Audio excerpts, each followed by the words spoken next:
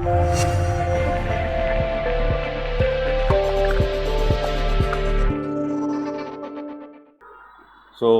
I will first explain what our course model will be, how do we do it, okay, and then we will get into the regular discussion, okay. So the syllabus, so it is purely for prelims, that is what we are doing, okay, and though we are doing it for prelims, we will also cover some concepts in the sense we will be covering basic concepts related to maybe something related to mains maybe, but we are not going to touch on anything related to mains. This is a course purely based for the prelims exam, okay. So the topics mainly that we will be covering would be these topics, these are the topics, okay. So national income, fiscal policy, budget, monetary policy, banking, all these sheets will be given to you. They are also there in, I think, in the app. If you would have if you have joined in the app, okay, so it is there in the app. What are the areas we are going to cover? So these are the 10 areas which we are going to cover, okay. And initial first 1-2 days I will be a little slow only, okay, so my tempo will be slow, I will be going slow. So but this is not a regular basics PCM class, okay. So that is something, that means it is expected that you have some knowledge, expected that the student has some knowledge, okay. It's not that you are directly out of college or something. So that is one more thing, okay. To these two things. Third thing is like, for example, for every topic I'll be giving you the micro schedule of what we are going to cover. For example, this is the micro schedule of what we are going to cover with respect to national income, okay. So I break down national income and that particular area into these subtopics, okay. So these are the subtopics. For example, you can see there on the board, okay, savings, investment, consumption, okay, something related to microeconomics, few things like what is an inferior good, last time there was a statement, okay. So or you have something like what are the basic factors that will affect demand, okay. So how does that basic demand graph, what is a given good, okay, what is a given good, these things, okay, Veblen good, okay. So like that. So nobody is going to ask us graphs in the UPSC exam, but the only thing is they will ask one statement, okay. So that statement may be with respect to inferior good. For example, last time, as price is increasing, the demand for inferior good also increases. That statement is wrong.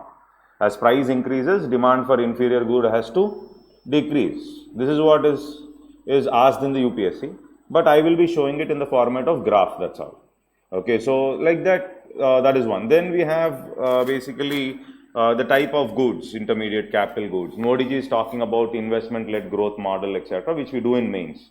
But actually what happens in investment-led model, what is capital output ratios, okay. So this was something related, this was asked. That means growth is dependent on certain factors, okay. So one important factor which growth is dependent on is basically the savings. So along with the savings, you have something called as the capital output ratios. And what is capital output ratio for developed countries, developing countries, okay. What did Harold Domer say about this particular aspect like growth, etc., okay. So growth and development again is different. For example, Human Development Index, HDI indexes, Kuznets curve, okay, that I will discuss in growth and development. That's a separate area altogether. So growth and development not for the mains, but for the prelims, we will have all the indexes, okay. So that will be discussed separately. Is this clear? Okay. So then we have the calculation part, okay. So we call it as gross capital formation, etc., okay. So for every topic, there is this topic in the economic survey. So for example, for national income, the topic in the economic survey is chapter 1. So I will try to bring out economic survey discussion, but of course we don't have so much of time that we get into detailed discussion of economic survey. I will only stick to what is needed for prelims. Are you able to get this?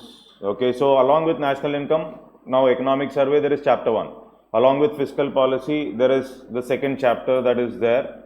Okay, so chapter 2.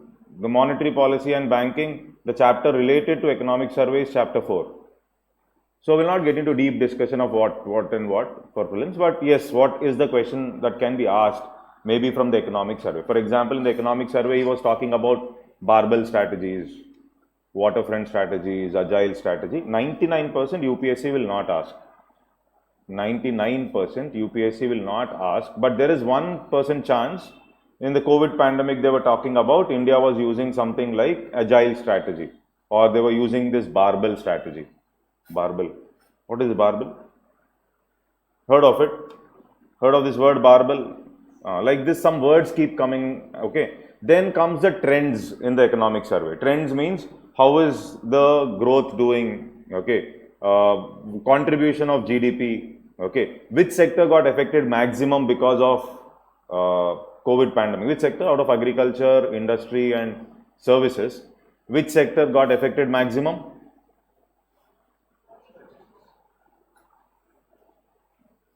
Did you just almost all are repeaters only, no? Which sector got affected? Manufacturing, okay. How do you know that it's manufacturing? Okay. So that how will you know which sector got affected is basically based on the numbers.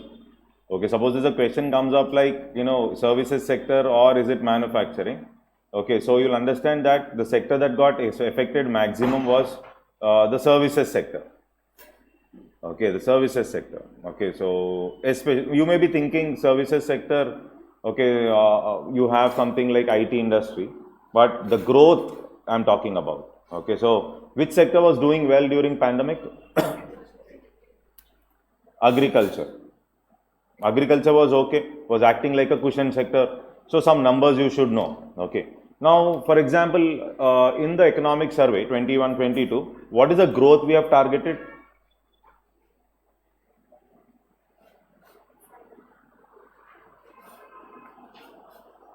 Okay, don't worry, 5-10 minutes it will take for us to adjust. I will also know the tempo of the class. Okay, so based on which I will fix my speed.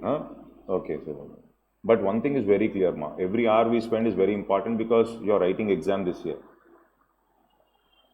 That's the reason we have to be a little fast. Okay, so got the point, right? Okay, so what is the growth target we have fixed? Anybody?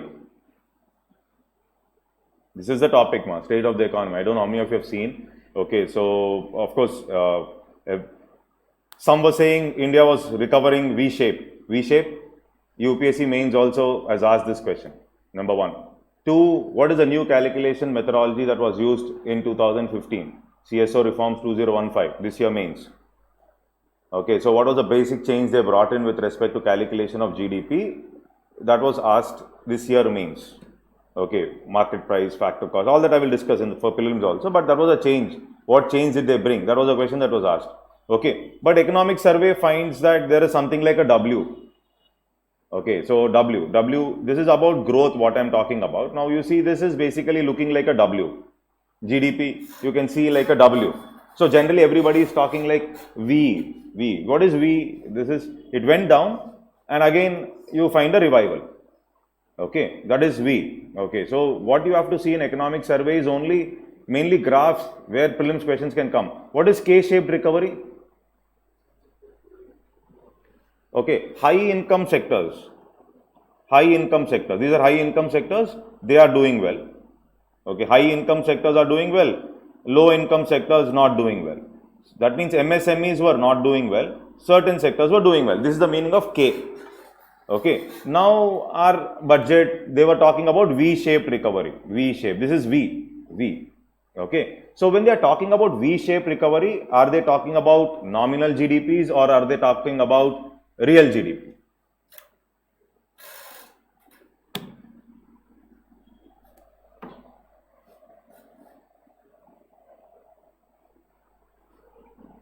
Okay, no.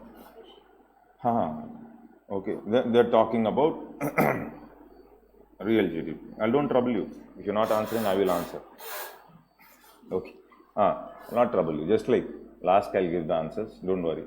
Okay, so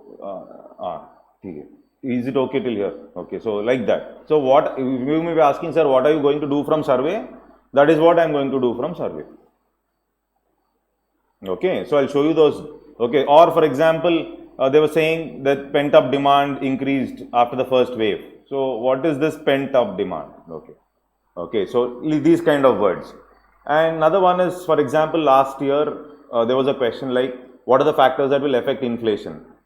What are the factors that will affect inflation in India? And there were options given, and one of the options that was given was even the policies taken by Federal Bank of US. Okay, so the policies taken by Federal Bank of US also affect what? Inflation in India. How do you say this? How can Federal Bank policies affect inflation in India? How can Federal Bank policies affect inflation in India?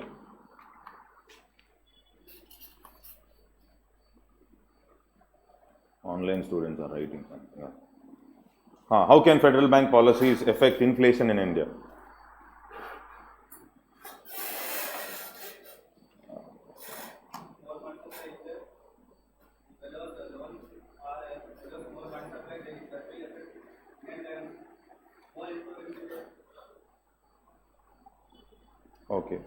Okay. It's not more inflow. Okay. So currently, that means you should understand that presently the whole globe is suffering with this problem of inflation. When we came up with budget, government was also a little hesitant. Okay. How many lakh crore budget is ours? Oh, sir, first day, why are you asking so many questions? Huh? Okay, that comes in fiscal policy. Huh? Okay, don't worry. How many lakh crore around? 30, huh? Pakka. Antena? My old students are also not answering. Any? 39? Not 30. Okay, fine. The growth target was 9.2%. Okay. Now, fiscal deficit target, how much did they keep?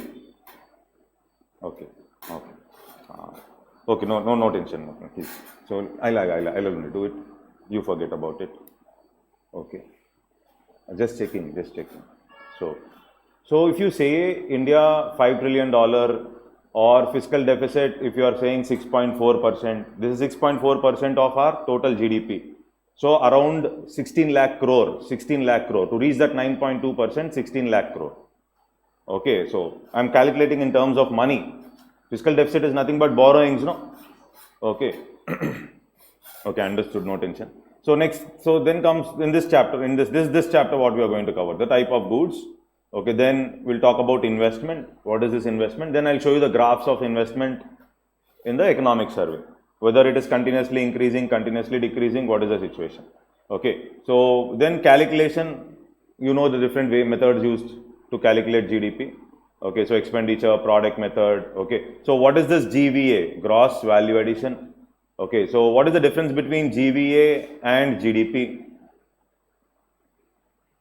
Okay, what is the difference between GVA and GDP? GVA is what? Gross value addition, gross valuation. Then comes the new method of calculating the GDP, 2015 reforms, which was asked in mains.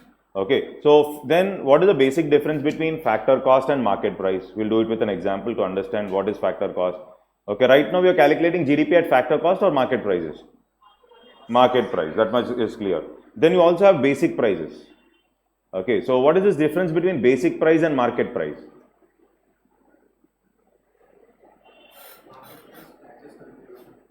A market price, taxes are included. In basic prices, taxes are not included.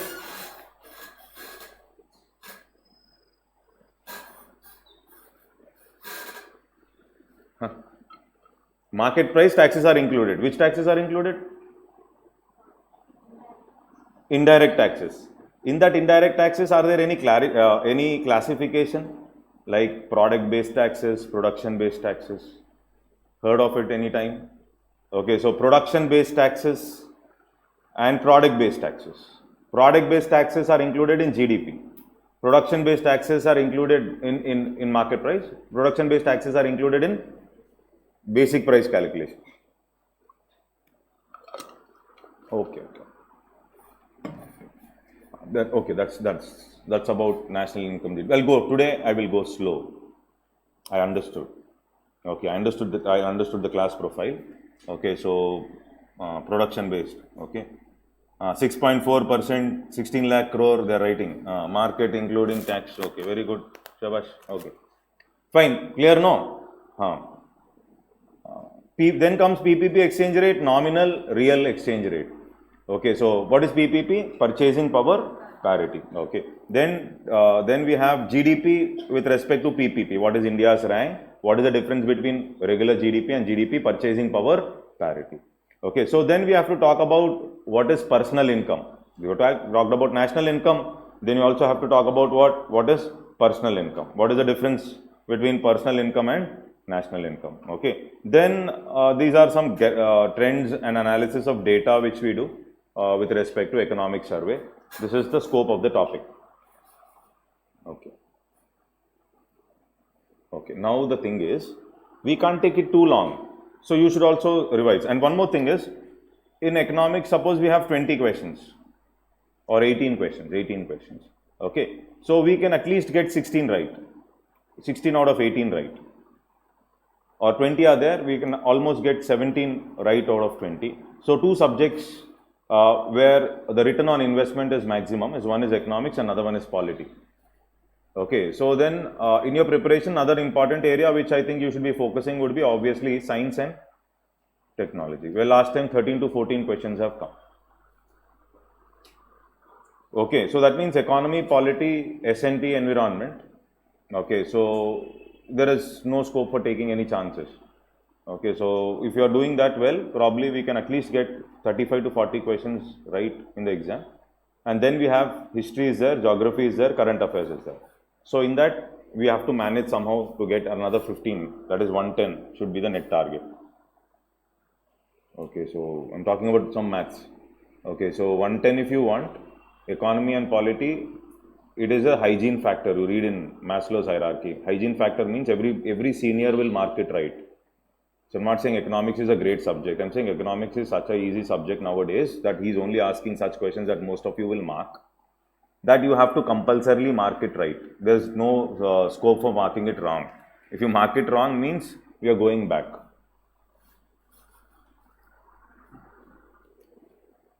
Okay. Clear? No? Understood, I think. Okay, so understood the method. Now, then, any doubts you have here? Okay, na? Okay, then see, 21st, what I will do. Today is 21st. 21st to 26th. 21, 22, 23, 24, 25. Almost like 6 days. I think till Saturday. We will have continuous class. Tomorrow I'll start early. Today is the first day, so 5 o'clock sharp will start tomorrow. Okay, so we'll have class. Okay, and 28th,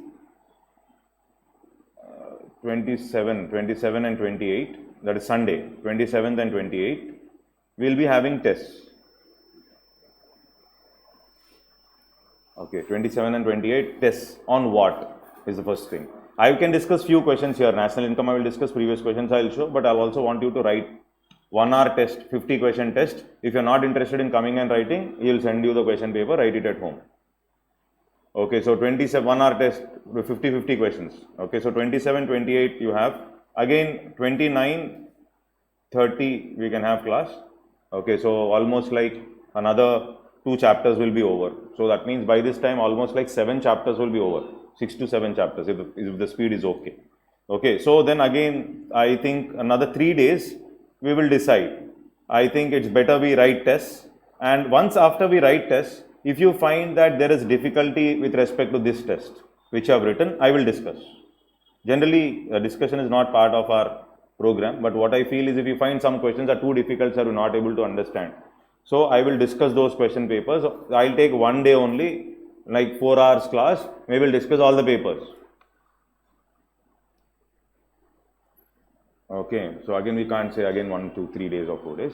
Then again you can revise and maybe you can come back on 3rd for another 3 days, solid 3 days with all your doubts packed, all your material read, so that whatever doubts you have you can shoot at me. Understood? No? So those 3 days you read whatever you want to read. I am 95% confident that that 85 to 90% of the questions will be coming from what we discussed, because he is only asking basics. It's not about our greatness of the class, it's about UPSC not asking difficult questions in economy. Understood? Difficult he will not ask, he will be asking some tricky questions or something. I'll show you the questions also. Okay, so is it clear, Balram? Understood, no? Is the schedule here okay? You want something like in 3 days, Dhanadhan hit and complete, like a rapid revision, or I felt this is far better, where you can learn. I don't know what is your plan. I have this habit of completing in 2 days also. Some of my students know. 2 days, full economy. Morning till night, finish. Morning till night, 2 days. National income, fiscal, there we don't have this scope for discussion. Okay, so where it will be something like hardcore rapid revision. PPT will be there. I will be on my way. Usain Bolt. Okay, 2 days. Then, yeah, that is fast track revision we call, no. So that is one. I thought that way. So I was thinking detailed discussion, decent enough discussion for at least 25-30 hours, including survey. This was my thought process.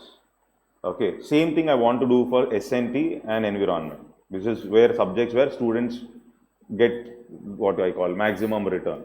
Okay, this is my plan, my plan. Now, any suggestions also taken today?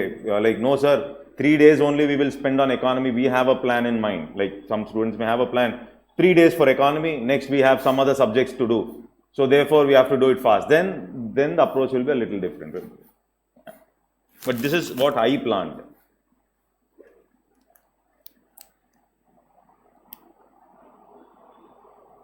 Okay, na. Odda itla? Ide better? Okay, but morning time you read other subjects.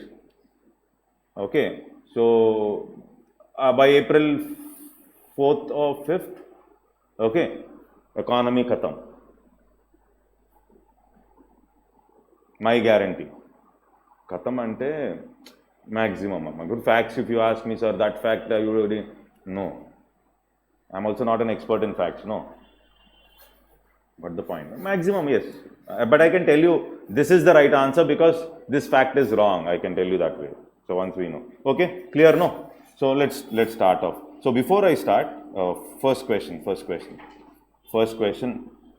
What is the basic difference between consumption? I'm not showing you PPT. We have a PPT also. Okay, so I'll show you the PPT later. Okay, so what is the difference between say consumption, savings, investment? My first question is that to you. Okay, so what is the basic difference? Okay, so first thing is, what is the basic difference between savings and investment? Or you'll tell me, how do a layman define what is investment?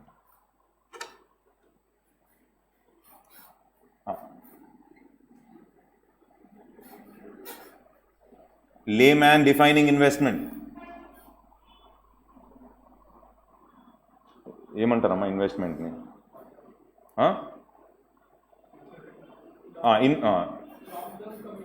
long term commitment. Okay, so investment is something that will give me future return. Okay, investment is something that will give me future return, layman's term. Okay, now but when we talk about investment, for economists, when I say investment, economists will not talk about financial investments. Economists will not talk about financial investment. You will understand it very easily once I draw the diagram. He will only talk about investment in terms of accumulation of capital stock. Accumulation of capital stock or accumulation of capital goods. Okay, I'll come to what is this capital good. Accumulation of capital goods, or that means you have more machines, more tools coming into picture, more factories. So economist is talking about investment for economists. It is purely physical. Physical means he is only interested in capital formation. He is only interested in capital formation. Capital formation means accumulation of capital goods. Accumulation of capital goods means you have more of machines, more of tools. Are you able to get this? That means what? Investment into shares, investment into bonds is not investment according to economists. That is clear. Tomorrow if is asking, okay, in our GDP calculation, do we take investment into shares? No. We don't take investment into shares, will not be part of investment because that is financial investment. We are only talking about which investment? Physical investment. Sir, what is physical investment? Capital formation. What is capital formation? More goods. Which goods? Capital goods. I'll explain what is capital good and all. Okay, now that is first thing which you should understand. Now, okay, I'll come to the diagram when you'll understand. Second logic is there any link between savings and investment? What is the link?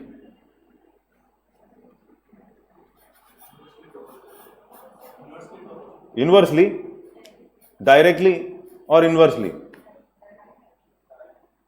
Direct. Okay. Greater the saving, greater the investment. Greater the saving, greater the investment. Okay.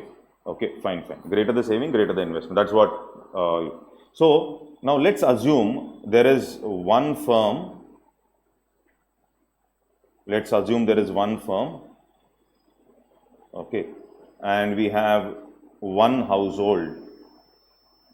This is a very basic of our economics.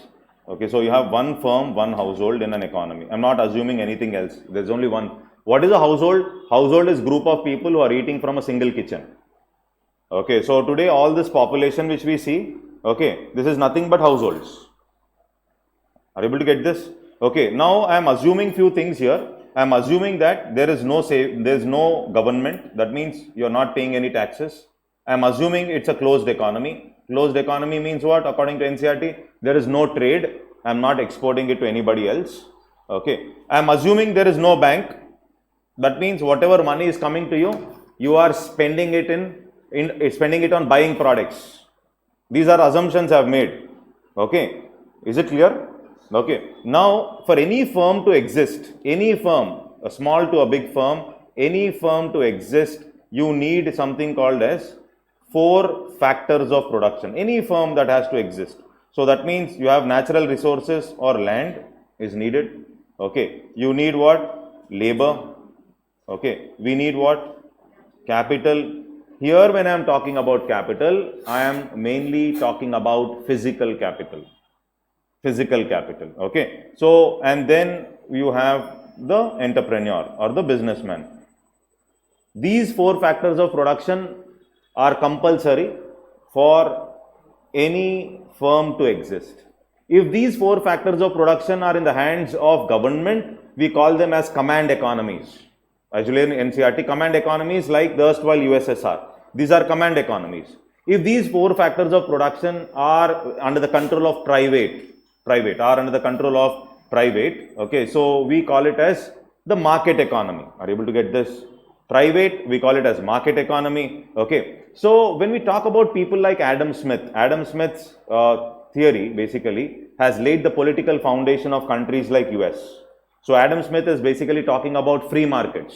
Okay. Including Kautilya. In Kautilya in his Arthashastra, long back. Okay. So Kautilya's Arthashastra also talks about free market. Kautilya never supports government's interference into business. Kautilya is always pro-market. Are you able to get this? Okay, so Kautilya also talks about wealth creation. Kautilya was also talking about expansion of kingdoms. Kautilya clearly explained. So that means he talks about dharma, artha, kama. Out of all these things, which one comes first? No dharma. Kautilya says out of dharma, artha, kama, artha comes first. Okay, artha there, dharma and kama will follow. Kingdom is big enough, then you can build in controls.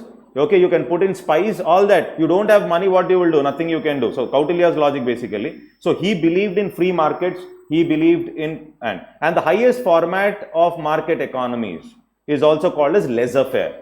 So this laissez-faire is pure market where government's interference is almost zero. Government will not interfere. The 4 factors of production will be completely left to whom?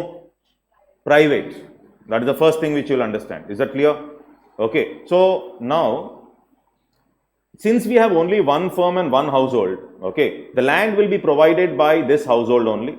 The land which is needed for doing business is provided from this household. Since I have assumed that one firm and one household, the labor will also be coming from this household. Okay. The capital needed for doing this business is also given by this household. Okay. And the entrepreneur or the businessman is also coming from this household only. So that means, suppose we have Ratan Tata. Ratan Tata is part of factors of production, but also Ratan Tata is also part of the household. That is what I mean. So Mukesh is basically part of the factors of production. Okay, Reliance Industries, but he is also part of the household. Okay, so they are consuming also. Are you able to get this? Okay, so now since these entities have come up with factors, they have provided what services now? They have provided factor services. They have provided factor services. What are the 4 factor services they have provided? Land, labor, capital and entrepreneurship. So when they have provided factor services, obviously there will be something called as factor payments that is made. Factor payments or income that is going to come. Okay, what is the factor payment for land? Rent will be paid. Labor, what will be paid? Wages. Capital, what will be paid? Interest. Entrepreneur, he will be receiving what? Profit. For the factor services which they have rendered, they have received something called as factor payment. Okay. Now he has received a factor payment of, let's say, 100 rupees. NCRT number also did not change. Okay. So factor. With this 100 rupees, now the households are spending money. 100 rupees they are spending. What is spending means? Expenditure. No savings, no bank. There's no bank out here. So whatever they have got in the form of factor income. Now what is factor income? Factor income is income coming from factors of production. Now what is factor income here? Rent, wages, interest and profit. These are what? Factor incomes. They are coming from the factors of production. Are you able to get this point? So that means another important question that comes up is the pensions which government gives. The pensions, unemployment allowance which government is giving. Okay, is it factor income?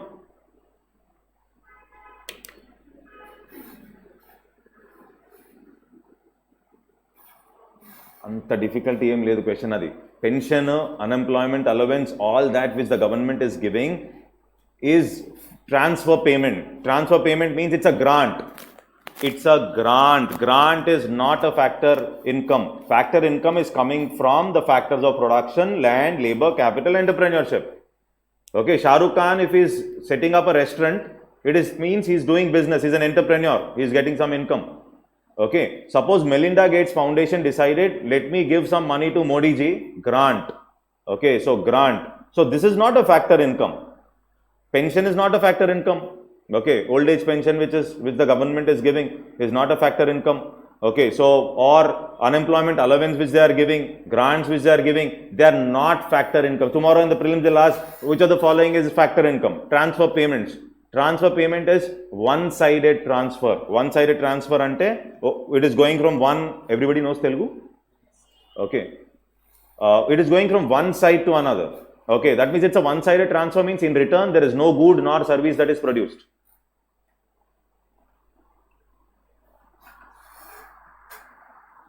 AC is in 16 but it's hot. Okay.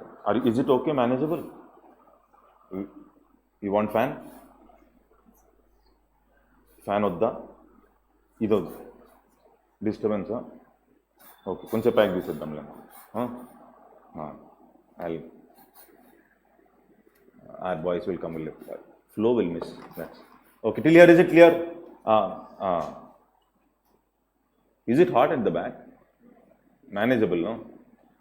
ఎందుకంటే ఇక్కడ ఏ button నొక్కితే ఏది పోతుందో నాకు తెలియదమ్మా అందుకనే sir is lazy is not getting up on course. So it's not that. So because there's some connection which goes again, this goes off or something goes off for the online. That's the reason. Okay.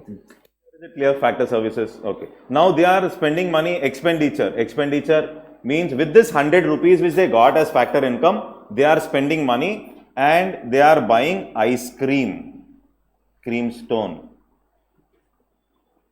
100 rupees ki raadu, adjust అయిపోండి. Okay, ice cream they are buying. Okay. Now these households who are buying this ice cream, is it consumption good or capital good? Consumption good. It's consumption good. Is that clear? Okay, that's a consumption good. That means they are buying.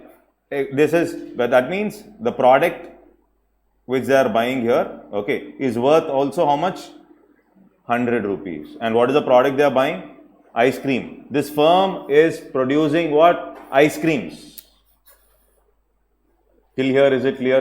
Understood? Okay. Now let's put it this way. Now this household, okay, he has decided there's bank that has come up. That bank is, let's say, SBI. Now he decided to put 30 rupees in the bank. 30 rupees in the bank. Okay. So the household has saved 30 rupees. 30 rupees is what? Saving. Okay. Now that means how much he will spend for consumption now. How much he will spend for consumption? He is only going to spend how much? 70 rupees. 70 rupees. He is going to spend on consumption. Okay. Now from this 30 rupees, which is in the bank, there can be, if other firm is there, the firm will take loan from this bank, okay, and come up with one more ice cream machine or 10 more ice cream machines. Are you able to get my point? Since I am assuming there is only one firm and one household, now this 30 rupees from the bank, the private player or a firm is taking loan, okay, and it is also going to buy some products. Now what is the product it is going to buy? Not ice creams. It is going to buy what? Ice cream machines. Are you able to get this? That means you will have here, now what will happen in this example? Consumption will become 70. Consumption is becoming 70. Okay. Now capital goods. He is buying machine worth how much? 30. Everybody is able to get this point. He is buying machine worth 30. So this firm is coming up with one more ice cream machine with this 30 rupees. Okay. So that, are you able to get this? Now suppose this household is putting in 50 rupees in the bank. 50 rupees in the bank. Then consumption, he will consume ice cream worth only 50. Consumption will be 50. Then capital good will be how much? The firm will take loan from the bank and it is going to come up with private investment. Now this private player firm is also coming up with goods. Okay. And these goods he is not consuming. These goods he is using. This ice cream machine is used for producing other goods. That other good is ice creams. He is using this to produce future goods. Are you able to get my point? That means as and when my saving is increasing into the bank, my investment, this is what is investment. Are you able to get my point? This is what is investment. As and when my savings is increasing, my consumption is dropping, but my investment is increasing. Are you able to understand what I am trying to say? Okay. China's case, the thing is a little different. China has around more than 45% of capital goods and 55% of consumption goods. In this case, China. India, 71% around would be what? Consumption. Around 29. Of course, in 2020-21, our investment was 24.5. Are you able to get my point? 24.5. Okay, so first basic logic, this should be clear. Okay, so the understanding of investment and saving. So saving, investment, you find they are somewhat directly related here in this case. So, okay, so now let's take a factory. Now this is a factory. Okay, this factory has produced an output of 1000 rupees, or let's say 100 rupees or 1000, whatever it is. In this 1000 rupees, let's say this factory has produced 700 rupees worth consumption goods. Okay, and it has produced 300 rupees worth capital goods. Okay, now what is the investment? What is the investment? What is the investment in this case? Investment is that proportion of output that has capital goods. Out of the total output, the proportion of capital goods to GDP. My total GDP is now how much? 1000. The proportion of capital goods to GDP is nothing but my investment. Are you able to get this point? So now investment is nothing but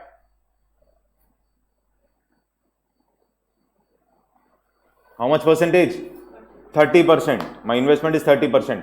Now 2020-21 investment rate is around 24.5. Are you able to get my point? Okay. So now this is what is gross investment. Gross investment. Now for suppose this factory for producing 1000 rupees worth good, okay, now it has lost 100 rupees value, the good depreciated, the good has lost wear and tear, etc. 100 rupees value has gone off for this good, which this machine or this factory. So that means my net investment, what is my net investment percentage? Net investment will be how much? It will be nothing but this 300, okay, minus 100. Why? Because this 100, out of this 300, 100 rupees will go into replacing the earlier machines. Out of this 300, 100 rupees is going into replacing the earlier machines. Okay. So 100 is this depreciation, or you call it as the word depreciation. This 100 is replacing the previous machines. So that means my net investment is what? 300 minus 100. Okay. Because 100 has gone into replacing previous goods. So my net investment would be 200 out of the total GDP. So my net investment is how much? How much percent? 20%. Are you able to understand this? Okay. So that means net investment formula, net investment is equal to, obviously net investment is equal to gross investment minus what? Minus depreciation. This is what I got at as what? 20%.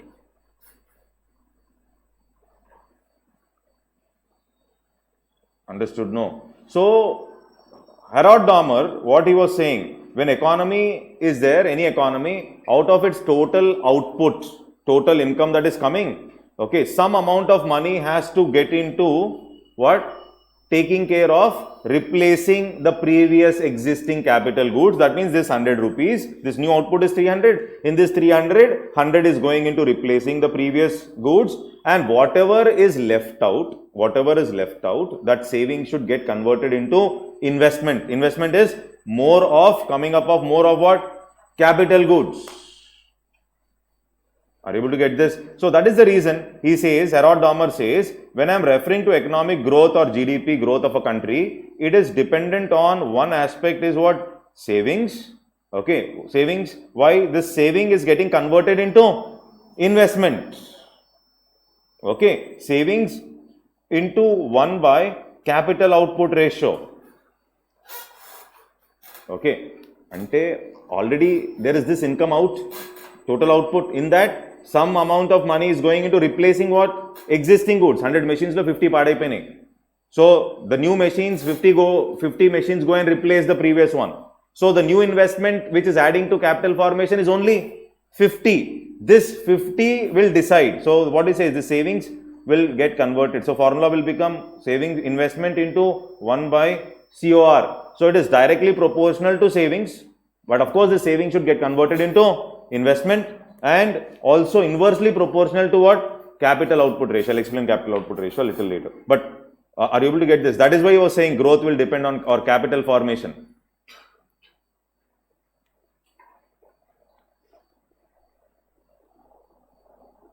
Okay, na? Bouncer lame levu kada? You're able to follow? Very good. Okay, so capital output ratio means you're investing into the machine.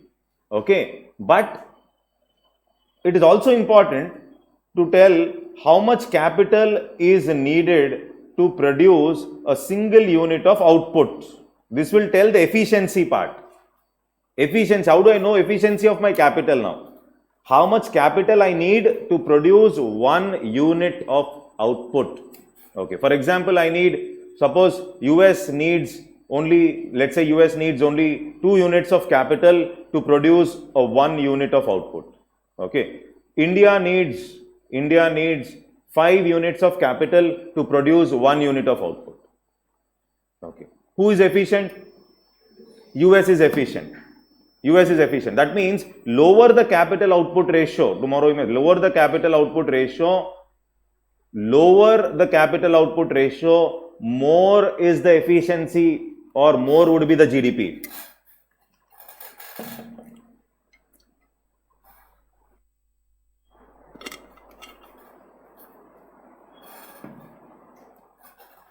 Okay, so in this case, capital output ratio of USA is obviously lower than capital output ratio of what? India.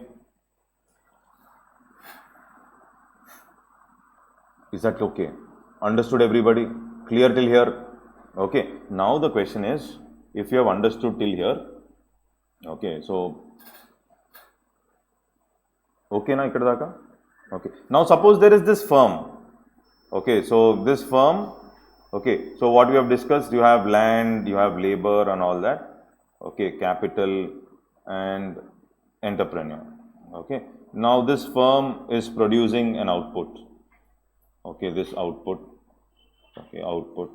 Okay, so goods. Or maybe I'm writing it. Okay, so I'll write it. I'll not write it as goods. I'll write it as output. Okay, so this output can be. Okay, this output can be one intermediate good. Okay, and it can also be what? Final goods. Okay, so in my national income calculation, in my GDP calculation, do I take intermediate goods?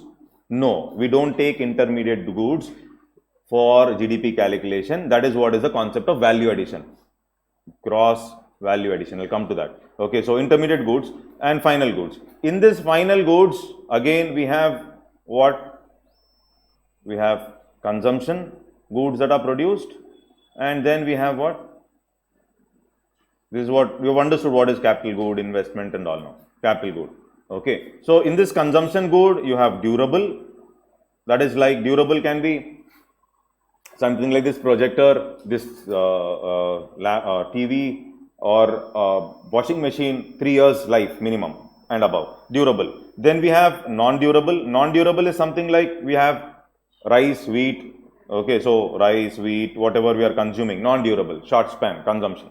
Okay, so then we have something like, okay, services also. Services you consume, education service, health service. Okay, that is also a consumption good. Is that clear? Okay, and then we have this is what is the capital good. Okay, now intermediate good is semi-finished good. Okay, so this semi-finished good will be used in the process of producing the final output. Okay, a particular good can be both intermediate as well as final good. For example, steel. Okay, so if Ratan Tata is buying steel, so for his car, okay, so automatically the steel will become what? Intermediate good for Ratan Tata to manufacture car. So that means this steel will not be included in the calculation, GDP calculation, because it leads to double counting. You count it, you count steel again you count for car. So double counting. So to avoid double counting, we are not going to take which goods? Intermediate goods for GDP calculation or output calculation.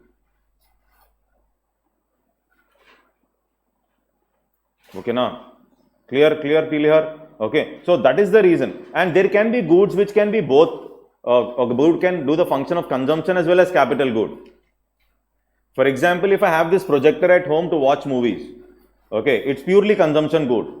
Now the same projector, if it is used in Swayam Shikshaa to render an output called service, Are you able to get this? It's a private entity buying a good to render an output called service, education service. The same good can be seen as a capital good. Are you able to get my point? So you are buying tea powder and making tea, consuming it every morning. Okay, the chai wala outside where we have tea regularly. Okay, this Kumbakonam is there, no, here. Okay, so for him, tea or coffee powder is an intermediate good. If I have to calculate his output, I'll calculate output based on the coffee is charging 15 rupees, 25 rupees now, we made it 25. బాగా ఎక్కువ పెంచాడు అందుకే గుర్తుంది. Coffee is 25. Are you able to get this? Understood the difference? No. A particular good can be both intermediate as well as final. A particular good can be both consumption as well as capital. Then what is investment? Out of the total output, the percentage of capital goods to the output is what is investment. Okay. The growth of the country will be decided based on capital formation. What is capital formation? The number of capital goods that are getting added every year. Okay. According to Domer, along with savings and investment, it is also important about how much capital you need to produce a particular single unit of output. Okay. Capital output ratios takku unte better, ekku unte better అని అడగచ్చు. Okay. So before last year he has asked interest coverage ratio. I remember, don't worry, I'll show the questions later. So he may ask incremental capital output ratio. Okay, this percentage change of capital to GDP. Okay. So or divided by percentage change of output to GDP. I'll come to that, but slowly. But till here, is it okay? The words are clear. Okay. Now, in this case, coming back to the circle, this is called a circular flow of income. So here, if I see, okay, I can calculate my output of the country, GDP of the country or output of the country based on the total output of all the firms in the country, What is the output? That is called as product method. Okay. Or I can calculate my output based on the demand side factors. Demand means what they are spending from the pocket, Okay, spending. Are you able to get this? Spending from the pocket, expenditure. So they are spending this 100 rupees, they got income. Okay, they are spending. So I'm going to calculate the total output based on, at this point, if I'm calculating it, I'm using expenditure method for calculating my GDP. If I'm calculating it here, okay, it is basically the output method or product method. Are you able to get this? If I'm calculating my output GDP, at this level, it is the total income that is accrued to all the households. It is called as the income method. Different methods are there, no? Keeping out errors aside, whichever method I use, my GDP should be same, my national output should be same. Tomorrow there can be statements. So when you use different methods, okay, the output will be different. Statement wrong. There will be some discrepancies because of non-availability of data. Data is not available. For a farmer, probably, if I want to calculate farmer does not maintain database properly. So how do I calculate his output? So their data problem comes up. Okay, so are you able to get my point? Is this clear? So that means when I'm talking about output or product method, okay, output or product, that means what is the total output that is given by all the firms. I will be doing sigma of all the output of all the firms in the country. Are you able to get my point here? Okay, so this is what is the concept of GVA. I'll explain you this with a simple example, very simple example, you'll understand. Why GVA also you'll understand. GVA means what? Gross value addition. Okay, so for example, let's say there is a farmer. Okay, this farmer produced, I'll take it this way. This farmer produced 100 rupees worth wheat. 100 rupees worth wheat. NCRT example. 100 rupees worth wheat is his output, farmer produced. Okay. Now this farmer, 50 rupees worth wheat, farmer only consumed. Farmer consumed 50 rupees worth wheat. Okay. The consumption, that I'll ask you the question later, 50 rupees. Now, remaining is how much? Another 50 rupees, no? This 50 rupees, remaining 50 rupees wheat, okay, the farmer sold it to the, let's say, baker. Okay, now this baker using, he added value addition he has done. Okay, this baker produced 200 rupees worth bread. Okay. Okay. Now gross value addition. What is the gross value addition of the farmer? Okay. Value addition of the farmer. Farmer produced an output of how much? Farmer produced output of 100. Okay, 100. Final output is how much? 100 only. Did he use any inputs? Did he use any raw material here in this case? No. Farmer 100 he produced, he did not use any raw material. So my final output minus the inputs. Okay, I'll get the value addition. So what is the value added by the farmer? 100 minus 0, because farmer did not take any raw material from anywhere. Are you able to get my point? Okay.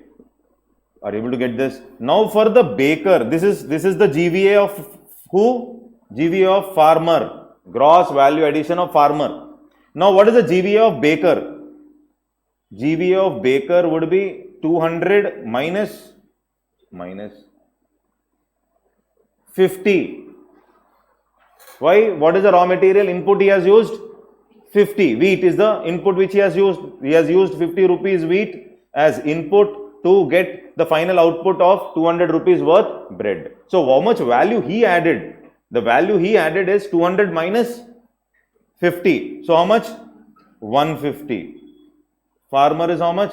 So total GVA is how much? Or total output of the country, total GDP of the country, or the total output of the country will be 100 plus 150. It is how much? 250.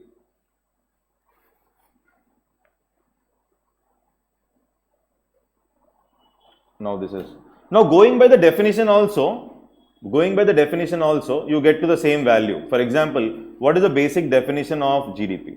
Okay, so it is the final consumption, no? Final consumption. It is the final value, okay, or the final consumption of all goods and services, okay, produced within the domestic territory. I'll come to that anyhow. Okay, so if I go by that also, what is the final consumption made by the farmer? 50 which he consumed. 50 which he consumed. This is the 50 which he consumed. 50 which he gave to the, sold to the baker is intermediary good. Are you able to get what I am trying to explain? Okay, fine. Tomorrow is asking, if somebody is producing for his own consumption, is it going to be part of GDP? Yes, it is going to be part of GDP now, if you observe this. Are you able to? It's not somebody is producing for his own consumption. Now this 50 rupees output he consumed, it is the final good. He consumed it, it's final. 50 he sold it to baker, which should not be added because that is, what good is that? That is intermediary. Okay, then what is the final output of the baker? Like that, it is 200 output. Like that, if I calculate also how much I am getting? 250. Are you able to get my point? Now this is the product method or the output method.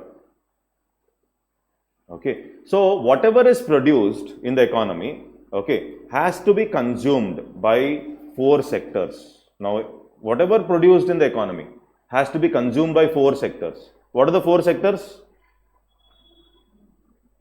It has to be either consumed by households, either it has to be consumed by the private sector, okay, or it will be consumed by government, or either I will sell it to somebody outside India. Whatever I produce has to be consumed by any of these 4 sectors only. So that means when this output is coming, okay, this output which this firm is producing has to be consumed by either the household or the private or the government or somebody outside India. That I am calling it as what? Export. So generally households, whatever goods which the households are consuming, they are called as what goods? Consumption goods. Okay, private sector is consuming.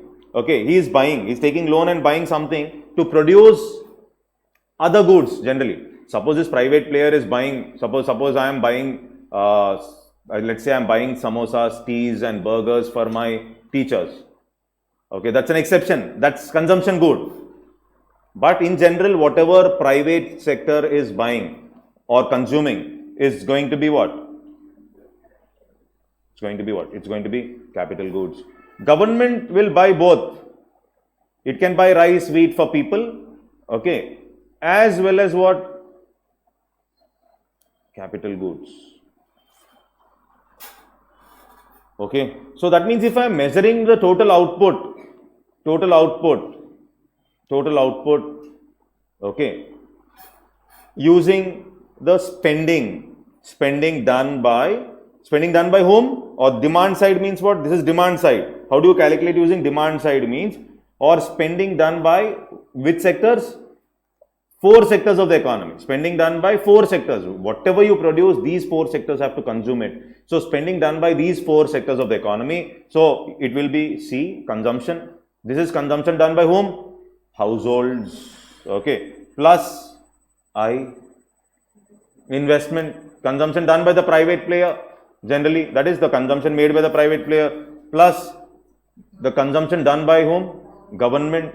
Okay. Plus export. I am selling. This is consumption done by somebody outside India. But I produced it within the country, no. Something which is produced within the domestic territory. I produced it within India. So that means it's going to be part of GDP, but I am exporting it outside. That is what is X. Is that okay? Okay. Now this is called as the demand side. In mains if he is asking also, of course now this is not our discussion. Okay, so why GDP has reduced during pandemic? Okay, so what measures have to be taken by government to improve? That means how do you structurize your answer? Suppose that means you should talk about C, what happened for C, households, how they got affected, unemployment problem, okay, lockdowns, incomes went down, all that for the consumption. Private player, what was the problem? I were making investment, markets were not good, there was a lot of threat, market dynamics not okay, okay, banks were not ready to give loans, okay, so this is how I got affected. G, government spending, already government had to crossed over FRBM targets, Fiscal Responsibility Budget Management Act targets. Government is not in line with FRBM because fiscal deficits have increased, so government cannot spend and buy anything much except for migrant workers, etc. It's doing already on health, so it can't spend. Exports, COVID is an international issue, so therefore all the other countries also will not buy products from you. So what measures have to be taken with respect to increasing C separately, I separately, G separately, and X separately? If I write a conclusion, that's my answer. So once the concept is clear, answer should be easy to write. Okay, so now C plus I plus G. Now in this consumption of the private player, what private player is consuming, the private player is also consuming imported items. But GDP is all about value of goods, total final value of goods produced within the domestic territory of the country. So he can consume imported goods which I want to remove. He can buy imported items. Okay. Similarly, the private player can also buy imported items I am removing. The government can buy imported items plus exports. Okay. So going forward, C plus I plus G. Okay. Minus, I am writing CI plus II plus GI. Okay. Are you able to get this? What is this? This is the total import consumption by the households, by the private player, by the government, and this I am naming it as M. This I am naming it as M. Import, total import. I am not naming a formula for formula sake. I am naming it as M. Okay. Plus what you have? X. X is what? Export. Okay. So the formula becomes C plus I plus G plus X is what? Export minus M. This is the expenditure method to calculate the output. Product method, for one firm, each sector I can do GVA. So why did they come up with GVA concept? They'll ask you like in GVA, why GVA? So for each sector I will know the output and then I will add on. I do sigma for all the sectors, for farmer, for baker. Are you able to get my point? Okay, so that is the reason for coming up with GVA. And there is this GVA at basic price, which I will discuss in another 5-10 minutes. Till here, is it clear? Okay, so this X minus M can also be stated as net exports. Net exports means NX. Okay, so the formula will become what? C plus I plus G plus, you can write that way, or you can put it like this.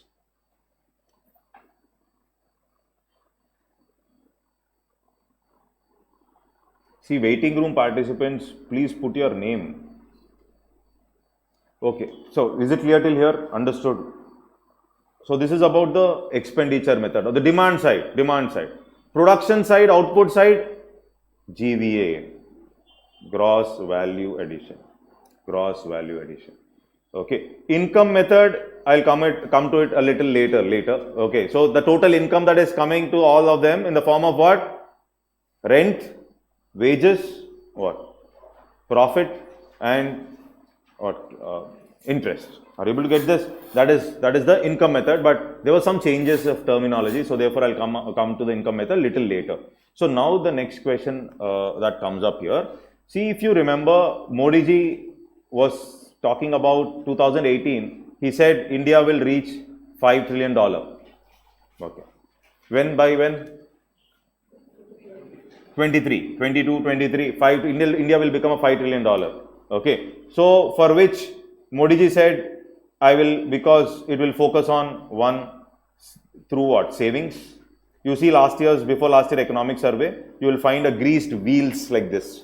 In between you will find 5 trillion. Okay. Then here investment. Okay. Then here you will talk about export. Okay. Then here you will have the demography using the labor. Everything runs together, creation of jobs. Okay, everything runs together. If all the wheels move together only, you will reach $5 trillion. Now the question here is, this $5 trillion, was it nominal GDP or real GDP? First question. This was nominal GDP.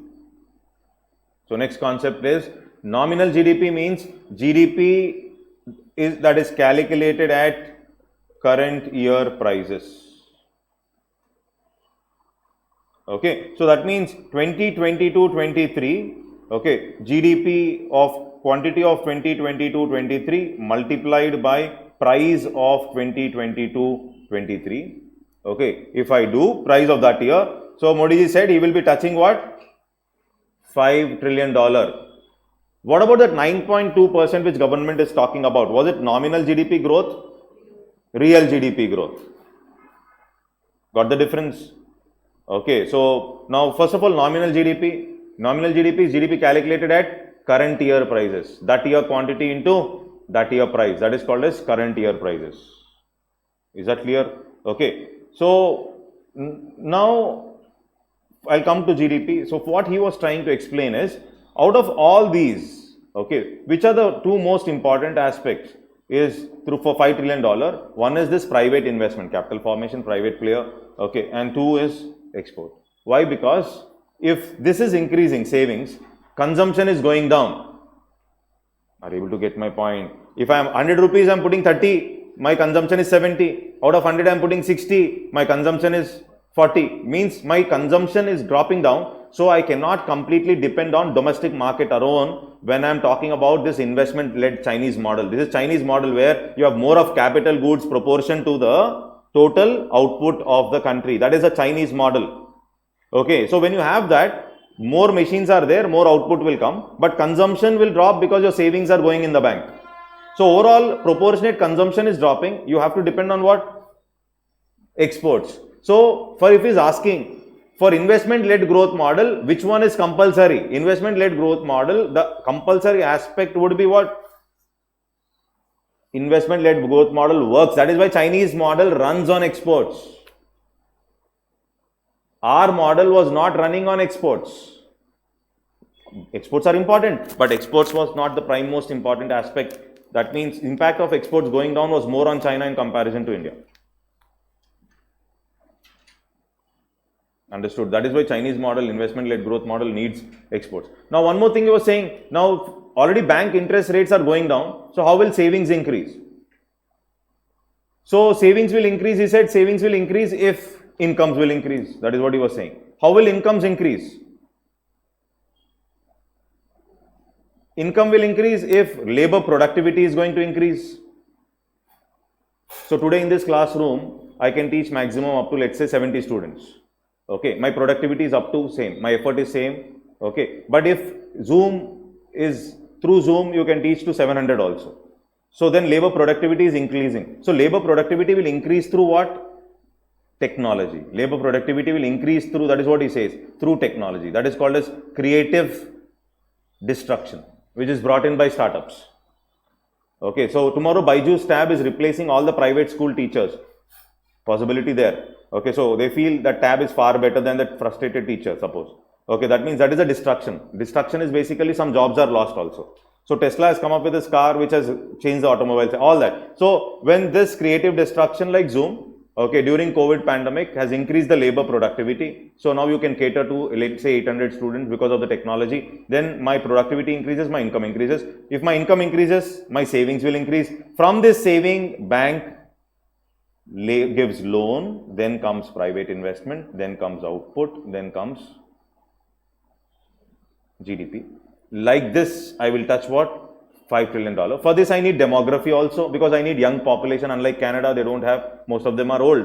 That is why Canada is calling you, please come and work for us. So in India, we have very good demographic dividend, that is a young population between this age of, let's say, 18 to 59, who can contribute, who can use these machines. Is this clear? Understood. Okay, so this is nominal. Then we have real GDP. So why real GDP is basically because if I have to see, heard of Subramanya Swamy? Subramanya Swamy is from BJP party only. Okay, but he tries to criticize Modi ji also. He says Modi ji does not know economics and all that. Okay, so in 2019-20 he was saying, okay, so you are not increasing Q. Okay, but you want to reach $5 trillion. That means Modi ji will reach by doing what? Increasing your prices. He was criticizing. Okay, so your Q is not increasing output. Okay, so that means 5 trillion you will go, but you will not go by increasing Q, but you will go by increasing what? P. That means nominal GDP can increase if production increases. Nominal GDP can increase if prices also increase. So if I want to really know if my GDP is really increasing because of production or not, okay, I need to keep my prices what? Constant. Okay, next year 23-24 also, if the growth I want to calculate, I have to keep P constant. You are able to get this? Understood? No? Okay, so real GDP is what? GDP calculated at base year prices or constant year prices. Constant year. Constant means what? 23-24 also I will take price of 11-12. Let's say 11-12. Now government will make it 17-18 most probably. Are you able to get my point? Okay, so base year, the word base year. Okay, so base year is a reference year for making comparison. Okay, reference year for making comparison. Okay, so that's called as a benchmark year. Okay, how do we select a base year? Generally, base year should be a recent year as much as possible. Why recent year? Suppose new products come up, like, okay, you have new iPads coming up, but if you take 1990 as your base year, then how do you get the price of the product, which doesn't exist that point of time? So base year should be recent, number one. Number two, base year should not be a fluctuating year. Very high growth, very low growth. Base year should be something like a stable year. Okay. So UPSC asked one question, base effect. What is base effect? The impact of previous year on this year. So today you say we will grow at 9.2, or last year they were saying we'll grow at 11.2 real GDP. Okay, last year they were saying we'll grow. And one of the reason for growing is base effect. Base effect means it is a comparison base effect. That means you're comparing this year's growth with that year where the GDP growth went negative because of pandemic. Now pandemic, it went negative, GDP was not there, it was negative. Okay, so you're comparing with that year. For example, last year your prelim score is 30. Example. Okay, 30. This year you got 60. Now what you will feel? You did a fantastic job. 100% increase according to you. But that is base effect. What is base effect? It was so low last year. Therefore, you feel you have increased by 100%. Are you able to get my point? Okay, so that is called as base effect. So base effect can also have an impact on your GDP growths. So base, you're comparing with that year, previous year especially, you're comparing with that year which is creating an impact. You're okay?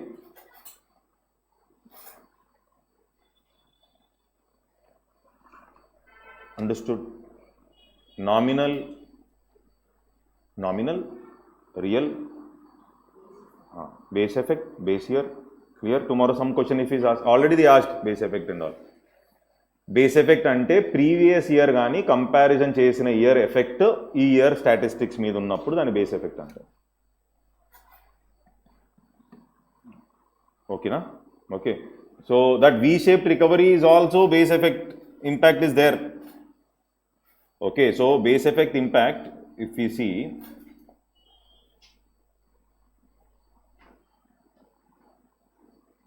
now this is basically, if you see, just an example. Okay, so annual growth of GVA at constant 11-12 prices, constant, base year price, base year. Okay, now you have some data. Revised estimate 1920. Okay, so you have these estimates here. Okay, so if you see this data, provisional estimate, advance estimates here. Okay, so if you see the second column, okay, so provisional estimate, if you're seeing, so manufacturing, you see how much? Minus 7.2. Okay, construction, you see, sorry, services, how much? Minus 8.4.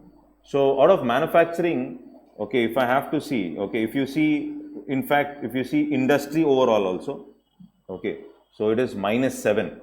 Okay, in that you have mining, you have manufacturing and all that, construction, electricity, construction. Okay, if you, that is minus 7. Services is how much now? Minus 8. That means service got affected. Service dipped. So some you may think, oh, IT is doing well. But service sector got affected. Now, if you see agriculture, positives only. See this? How much? 3.6. Agriculture acted like a cushion. Positive. Okay. Now, the target you are talking about is 3.9. 3.9. Are you able to get my point? Okay. So, is that clear? Okay. But so, if you observe services sector, this is minus 8.4, but now again, since COVID pandemic, to some extent, now of course again South Korea, there is some problem or something, but now this is gone now, so you've got back now 8.2 is the growth. Now this 8.2 can be base effect. Are you able to get my point? Okay, minus log poyindi kada. Okay, so then you are recovering from there. So therefore, it can be because of base effect. Okay, now GVA at basic price. Okay, of course, I didn't touch basic price. I didn't come to basic price. Let me discuss factor cost. Then I'll talk about basic and market price. Okay, so this is minus here. You're putting GVA at basic price. Okay, so is it okay till here? Okay, so then again recovery. This is 8.6. Okay, so this is something which you will observe. Okay, so GVA of agriculture and allied services. If you see in lakh crores, if you observe the trend, suppose tomorrow a trend based question comes up like GVA at real GVA of agriculture, okay, last 18, 19, 20, 21, 22, okay, last 5 years, okay, GVA of agriculture, is it continuously increasing? Yes. You may think, oh, COVID came in between, so wrong. I'm not talking about growth rate. I'm talking, he gave this question, I'll show you in the previous question, like he asked, growth rate in the last decade, GDP growth rate in the last decade was continuously increasing, was one statement. Okay. Second statement was, real GDPs was continuously increasing in the last 10 years. Which of the above statements is right? This was the question. Okay, I'll show you the sheet. I'll repeat the question. GDP, GDP growth rate in the last decade was continuously increasing, growth rate, okay. Real GDP, total real GDP was continuously increasing in the last 10 years. This was asked in 2015. 15, ఇప్పుడు అడిగితే మళ్ళీ మారిపోతుంది అది answer. Okay, so which of the above statements is right? 1 only, 2 only, 1 and 2 none.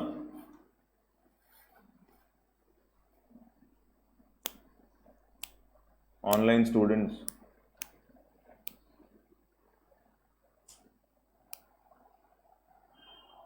చాలా కష్టమైన question అడిగింది. Question అర్థం కాలేదండి, క్వశ్చన్ రాసే టైం లేదు, it's very fast.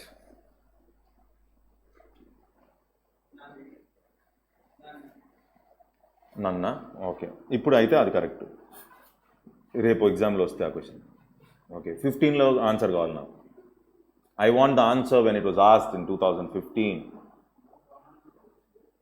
See, first of all, growth rates ante percentages 7.26, 7, they will not increase continuously.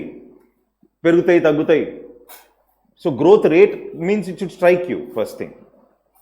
Okay, value GVA, its amount, 1% growth also if you have, it is increasing, value is increasing 1% also.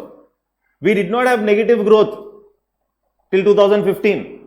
Negative ante 4.5 growth undi gaani negative minus because of COVID it went.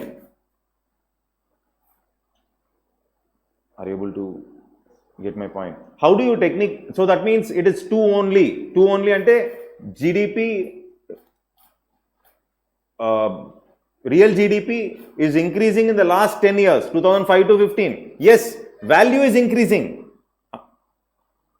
Rate, percentage growth may not be constantly increasing. Value, 1% increase also value will increase, no? Are you able to, like this he will ask, for that I read complete economy, Ramesh Singh. No, we should apply logic. No, not needed. Are you able to get this point now? Okay, so this is he see 18.4 lakh crore, 19, 18, 19, 18.9, 19.7, 20.4, 21, 22, 21.2. Last 5 years. Okay, so last 5 years. This is GVA of what? Agriculture. Are you able to get this? So when you are checking the survey also, trend-based questions, you should be checking these boxes once. Nobody will ask barbell. Nobody will ask, and tomorrow if they ask again, you don't ask. Okay, so if at all is going mad, he will ask barbell, agile, all that. That's too much for general studies.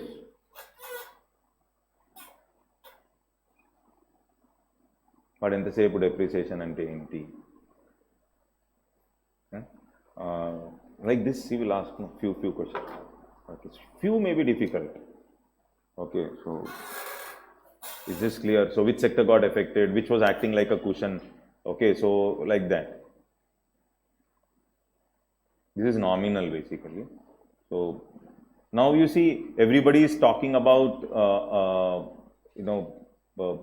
growth basically in terms of V-shaped recoveries, etc. But we also find something like a W. W means what? It goes, comes down, again it comes down, and again it is coming back. So W is something like, okay, so you find, okay, so economic survey, you'll also find something like a W. Okay, so anyway, no tension, I'll come to these things a little later. So demand formula you know. So demand is what? Demand side GDP if I have to calculate, I said C plus I plus G plus X minus M. That's what you have observed. Formula, concept clear. Now if you see the number, annual real growth in demand side of GDP, growth rate, annual real demand. Okay. So this is 1920 revised estimate. This is provisional estimates of 2021. This is something like the advanced estimate.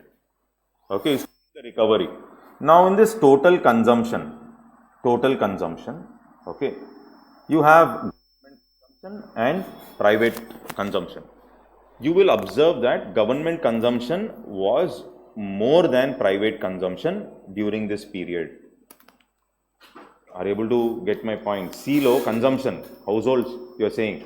Okay, and G, government consumption. Government is also consuming. Government can consume what? It can consume, G is government consumption. Government can consume both capital as well as consumption. So government can also consume consumption goods. Okay, so you will observe that government, private consumption, see, this is lockdown. Are able to, impact of COVID. Now see government consumption, growth, positive. Are able to observe what I am trying to say. So you may think in the exam, no, private consumption would have been more. Household consumption growth would have been more. No, government consumption growth is positive, you can observe. Private consumption growth, it is negative. Okay. Are you able to get this? Now, gross fixed capital formation. This is nothing but about investment. C, in that C only G is also put. G, this is G. G. Okay. Gross fixed capital formation. Gross fixed capital formation is creation of fixed assets like infrastructure, roads, rail, whatever government is also producing. It also includes IPRs. Tomorrow if he is asking, is giving IPR. IPR means what? Intellectual property right, patent, copyright, fixed. That is also GFCF.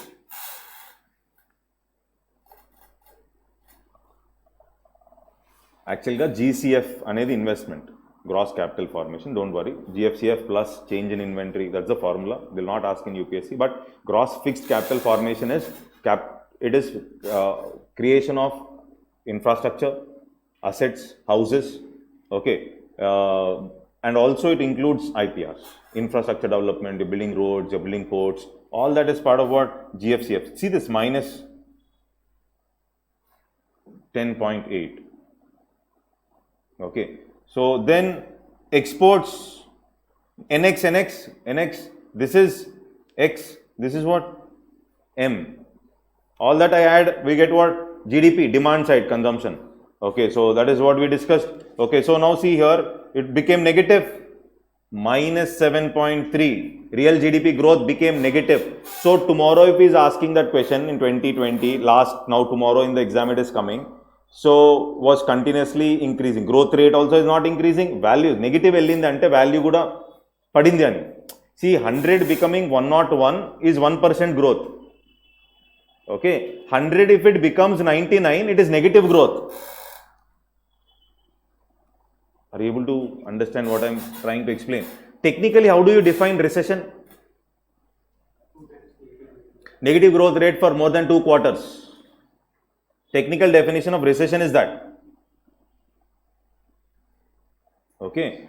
In 2020 mains, he has asked what is potential GDP. What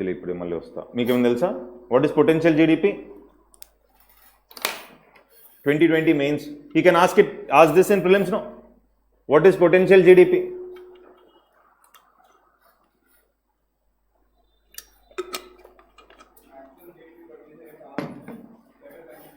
Maximum GDP produced when all your factors of production are 100% working. Okay. Okay. Fine. Okay. Estimated basically, potential. Okay. Fine. This is share of sectors in the nominal GDP. So don't worry, share, that is what one more thing I'll show and I'll go back. Tomorrow anyhow I'll show these graphs. Everything is not needed. Few things are needed. So tomorrow, today if time permits, today only I will discuss this. But 99% he will not ask. But it is there, I will talk. Okay, so briefly, what he can ask. Barbell means what? Agile, safety nets, why? Simple only, if at all is asking.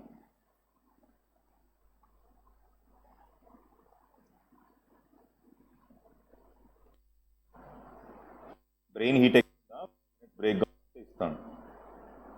Sir, super undi anukunta. I will start hitting. Choices.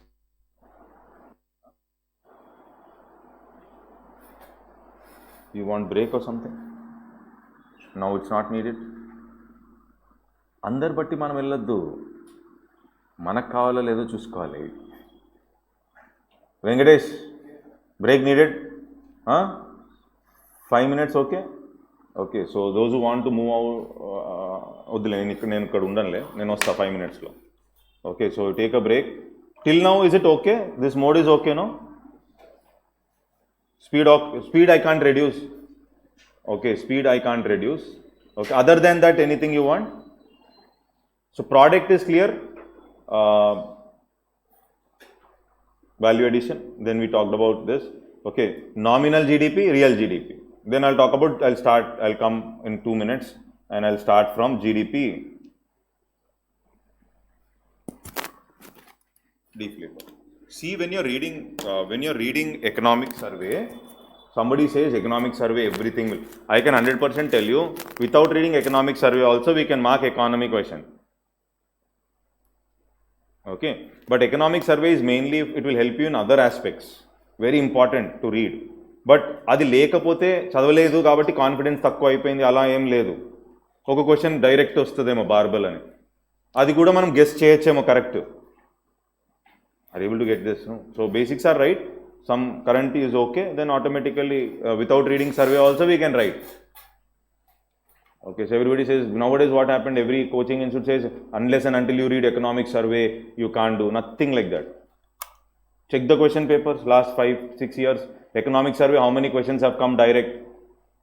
Trend may come.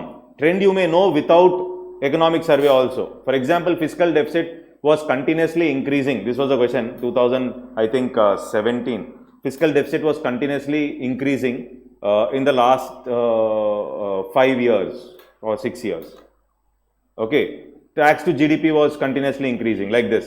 So you should understand, you can use logics also. For example, fiscal deficit continuously increasing after BJP government coming to power. So Modi ji is generally, he will try to reduce the fiscal deficit. Fiscal deficit means borrowing. BJP government generally tries to work on fiscal consolidation. If they are not able to do it, at least they will change the numbers. So, but automatically it will be shown less. So therefore, like that also you can mark the right answer. It's not that you will remember everything. Okay, so sir, speed reduce some.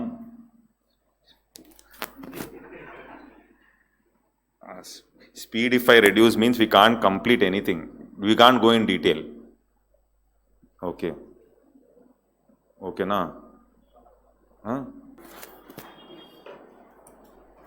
Okay, so GDP deflator is equal to nominal GDP by real GDP into 100. So this measures what? Inflation. Now, can you tell me GDP deflator is more comprehensive than these indexes? Comprehensive, because these indexes take only basket of goods, consumer price index, basket of goods, WPI, basket of goods and services. Okay, CPI. Of course, I'll discuss that in your monetary thing, CPI, WPI. But why is it that CPI we are using for policy making? Why not GDP deflator? So GDP deflator, there is a lag. Okay, so you get the data only after, let's say, Jan data, I will be getting April end or May. So one is time lag. Second is GDP deflator will not include imported items. Because GDP is total final value of all goods and services produced within 4 walls of India. So that means it's not going to include imported items.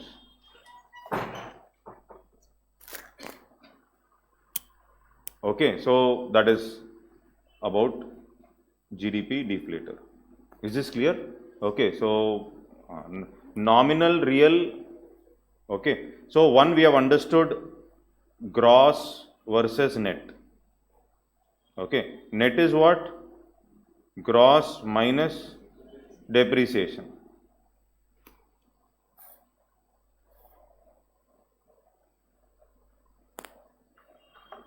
Is this clear? This is okay?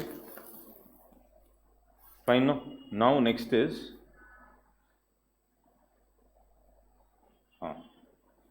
when I am referring to gross domestic product, okay, it also includes, this domestic product includes the political frontiers of the country, okay. it also includes the territorial waters. I'm talking about GDP. Total final value of all goods and services produced within this domestic territory. Okay, so this domestic territory will not only include political frontiers, okay, it also includes something like the territorial waters. Territorial waters. Okay, for example, UN Convention on Law of Seas is there. Okay, so according to this, 12 nautical miles away from the shoreline, 12 nautical miles away from the shoreline, you have 12 nautical miles away from the baseline, you have what? Territorial waters. Another 12 nautical miles away from here, contiguous zones.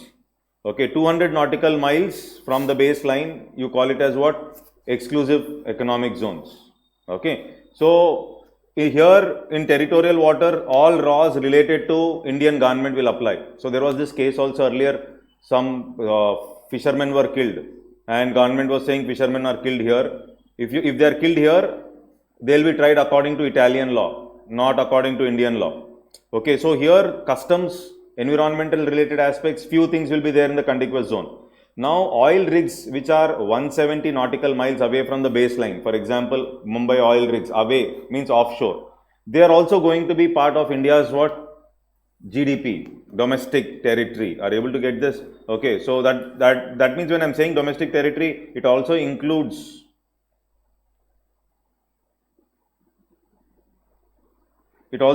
all this. Okay, then you have net aviation and shipping.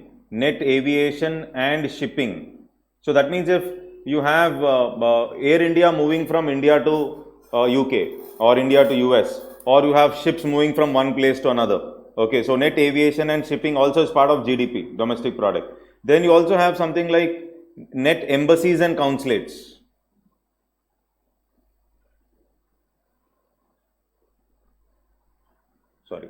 Embassies and consulates. So for example, this is US. Okay, US you have Indian embassy. Okay, in India we have US embassy. Okay, so embassies, this is as good as Indian territory in US. This is as good as US territory in India. PK movie. Chusara? I think the boy is from Pakistan. Okay, when he shows that embassy, it is as, I think it will start, embassy enter aitene biryani smell. And okay, it's a culture, not only culture, laws, everything basically. Julian Assange earlier, WikiLeaks, he wanted to get away. So he wanted to go to these embassies like Ecuador. Why? Because laws will be little different in these embassies. So net embassies, services rendered basically by them. Okay, there will be services rendered by US embassies in India. So this net embassies and consulates in small towns basically, all this will also be part of my GDP. This is one more thing which you should know. Okay. So I wanted to show you that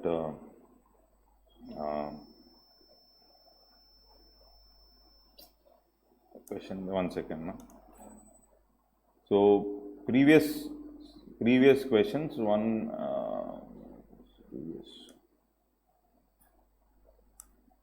did it?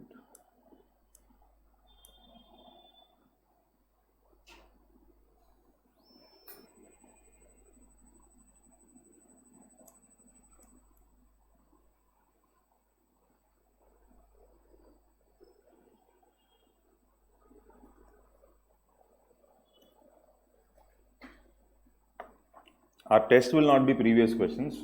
This will be ఇది 2000లో అడిగారు ఇది question. దీనికి answer చెప్పగలుగుతారా?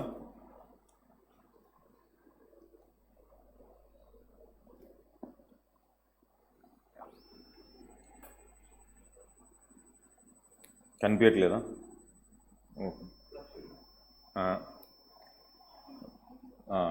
This is share is contribution to the total output. It is not growth. Growth generally fluctuating. Share, answer.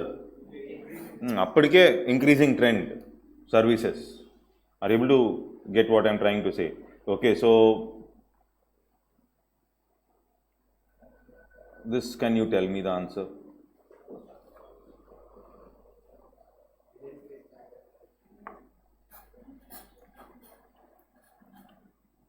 Use some logic, and of course,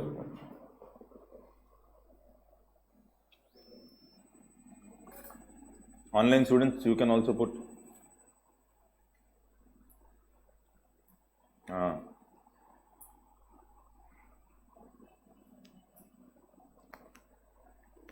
ఇంకా నేను రాలేదు. Next is that only national product. No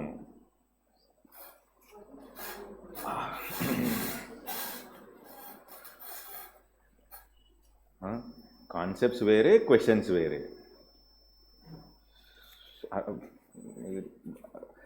See, what is the net per capita income of US around? Per capita income of US around. సరే, US దాకా వద్దు కానీ మనది ఎంత? Around చెప్పండి. Around, exact అడగట్లే.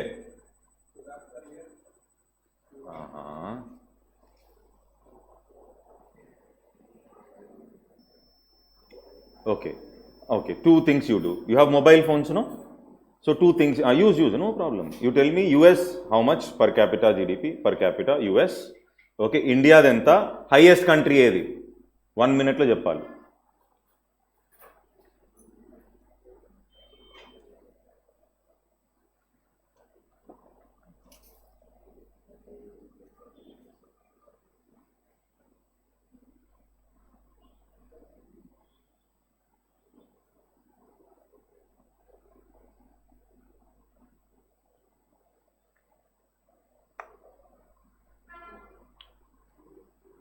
చూసే తప్పు చూడద్దు.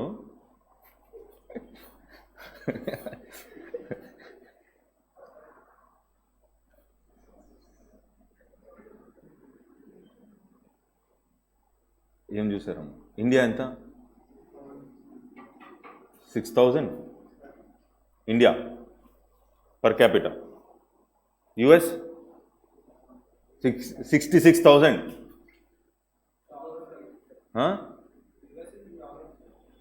India?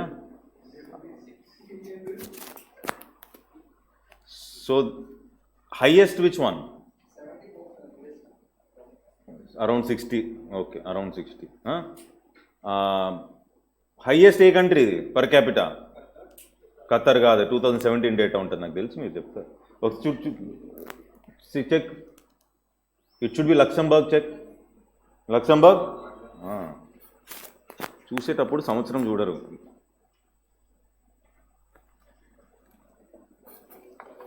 This will really tell you the purchasing power of people. Okay, so you will make mistakes like this. Okay, so sorry, inga just to show how this is all UPSC, not own question, all UPSC previous question. Understood? This is the 2015 చెప్పే కదా question. చూడండి.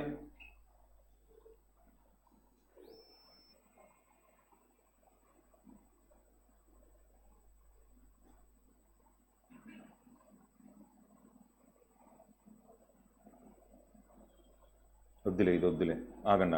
Sorry. No, this is too much. Wait. My question was, okay, వద్దులే, అదొద్దు.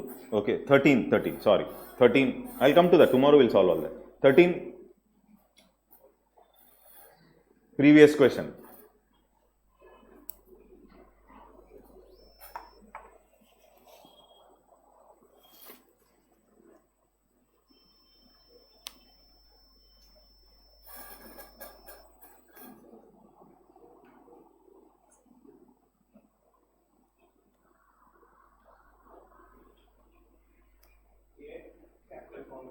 Capital formation ఇప్పుడు దాకా చెప్పాను, అదే. Technical progress, volume of population, technical progress in the world economy అంట. అది ఎట్లాగో జరుగుతుంది. మీరు క్వశ్చన్ చూస్తే ఆప్షన్స్ కూడా సరిగ్గా చూడాలి. Are you able to? There is capital formation in that country. Capital formation in that country, GCF, gross fixed capital formation, growth compulsory, అదంతా ఇందాక ఇన్వెస్ట్మెంట్, ఇదంతా డిస్కషన్ అదే కదా. ఓకే, ఇది this was the question 2015. Answer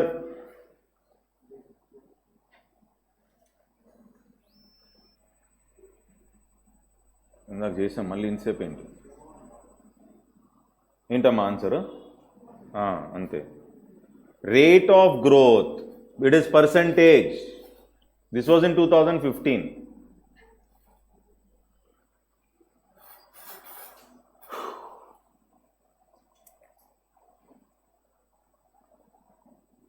Okay now, then see this 2017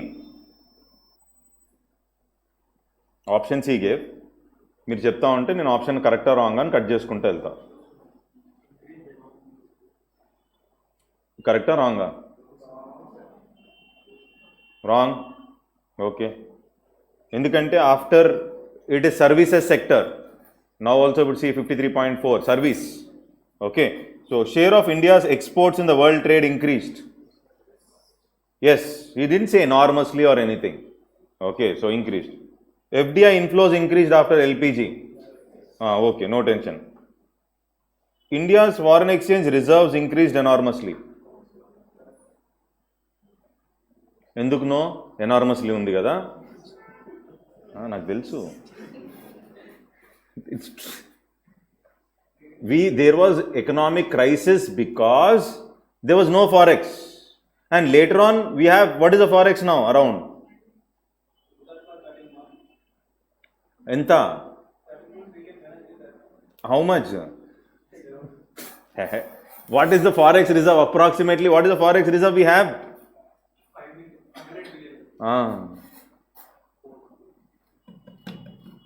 okay okay ఓకేనా? అందుకే first question చూడాలి, coaching institute క్వశ్చన్లు వద్దు. Okay, now I think it's clear. Okay, so now 16th question. I'll come to microeconomic basics. Is it okay if I take till 8:10 today? 8:10 వరకు తీసుకోవచ్చా class? ఓకేనా? Girls only, boys you have to sit, no other option. Okay, so what is the answer? ఇంత షార్ప్గా ఎట్లా చెప్పారమ్మా? ఇంత కష్టమైన question already చూసారా ఆన్సర్ ఇంతకుముందు? Answer is C. UPSC answer is C. UPSC answer is C. But in the exam hall, it's a difficult question. Okay, we generally think it is D. See, what is opportunity cost? Sacrificing one thing. Opportunity cost of preparing for civil services is not going and doing MS, Masters, Las Vegas, etc., etc. Opportunity cost of sitting in this class is you are not outside having coffee.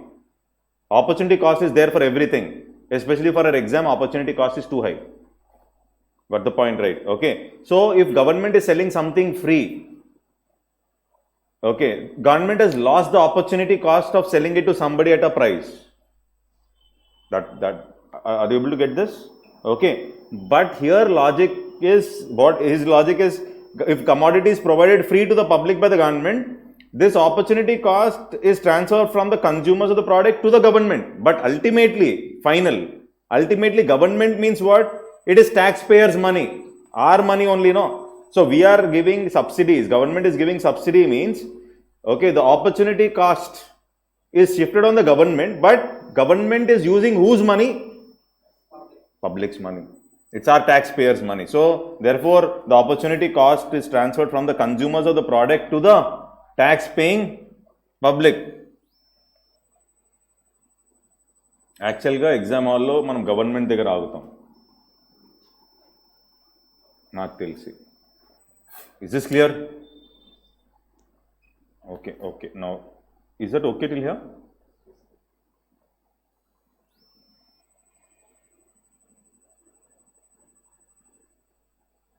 9, question 9. 9 and 10 fast. 10, what is the answer? GDP. Question number 10. Fiscal stimulus. Government is pumping money to revive the growth, etc. So that is what we did. Atmanirbhar Bharat. Okay. All that packages.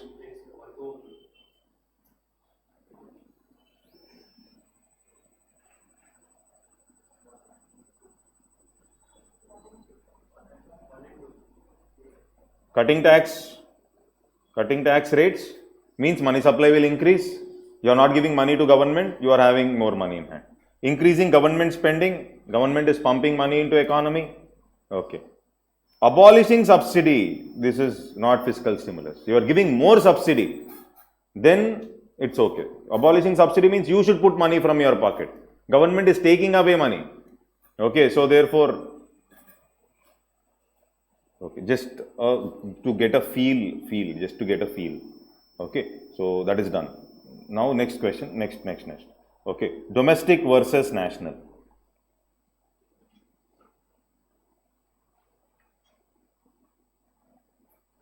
Okay, or I am talking about GDP versus GNP. Gross domestic product, gross national product. Okay, can anybody tell me the difference between domestic and national?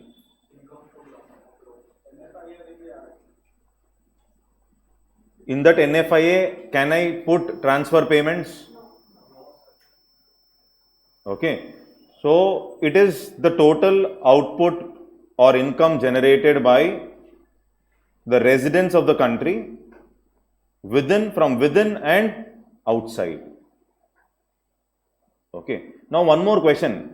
In GNP, can I add NRI income?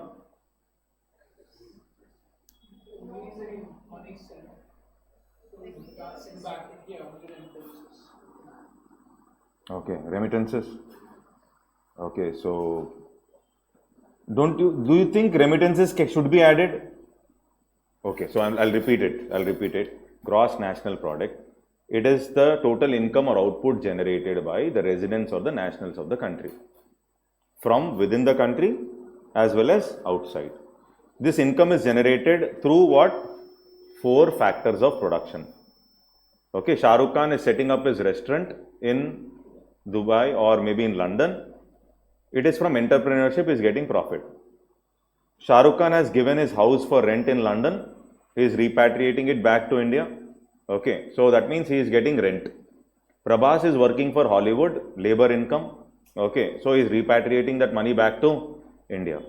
Okay, so this is factor income generated from land, labor, capital and entrepreneurship. Is that clear? Similarly, there can be foreign entities which are operating in India, which are generating output and income, which are sent back to their country. Are you able to get this? Is that clear? Okay, so GNP is equal to GDP plus, okay, factor income of Indian entities or resident from within the country and outside, from within and scribbling it off, outside minus, I should also subtract what? Factor income of foreign entities who are generating output, producing within the country. Okay, I am scribbling within the country. And they are sending it back to their country. Is this clear? Okay, right? So this is basically is equal to, I am putting it as net factor income from abroad. Net factor income from abroad.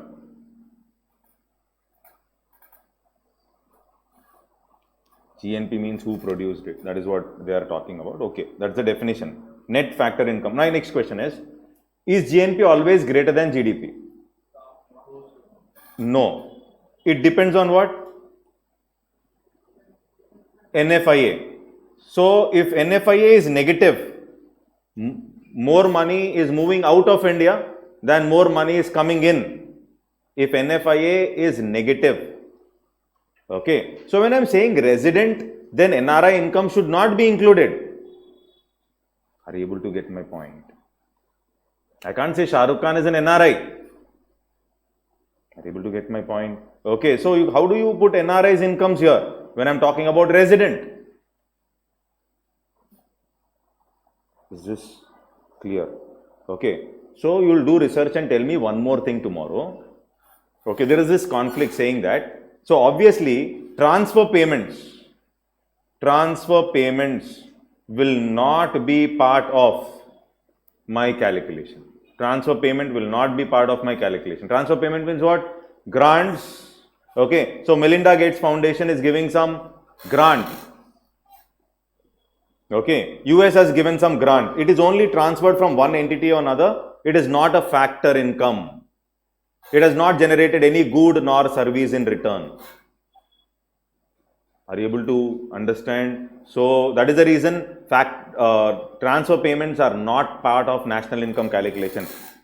Transfer payments are not part of my GDP calculation. Is this okay, everybody? Understood? Tomorrow if that question comes up, okay. Okay, clear till there? Okay. Now next question is, transfer payments are not part of all this. Okay, and for example, Japan is there. For Japan, GNP will be more or GDP will be more?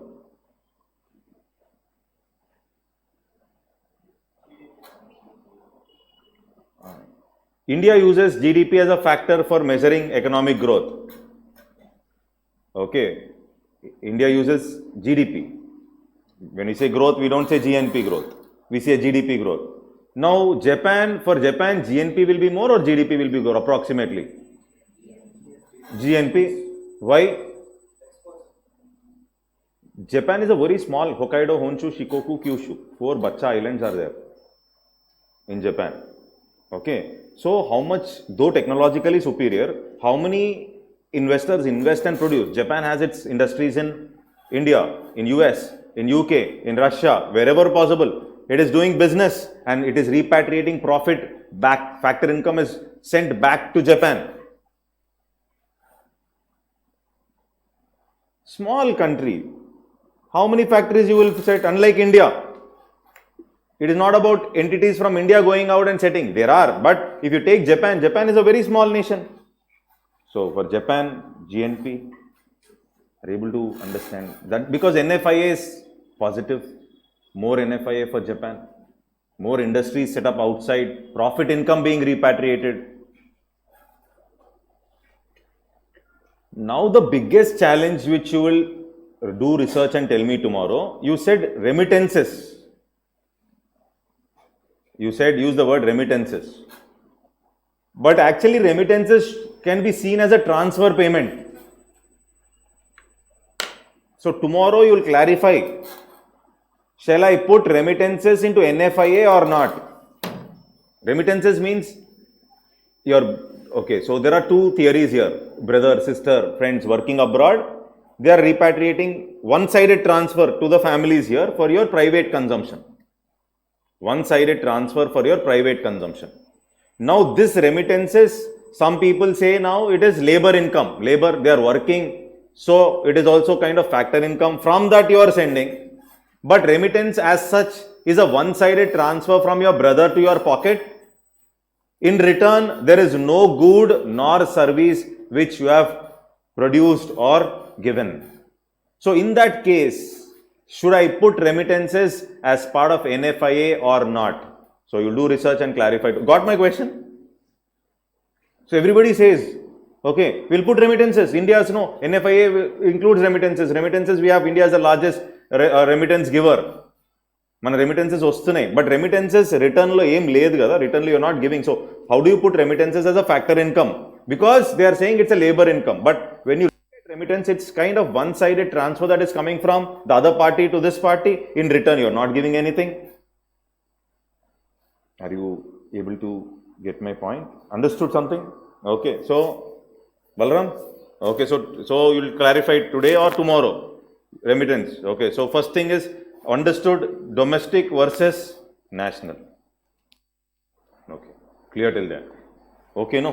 Next is once that is clear, factor cost versus market price.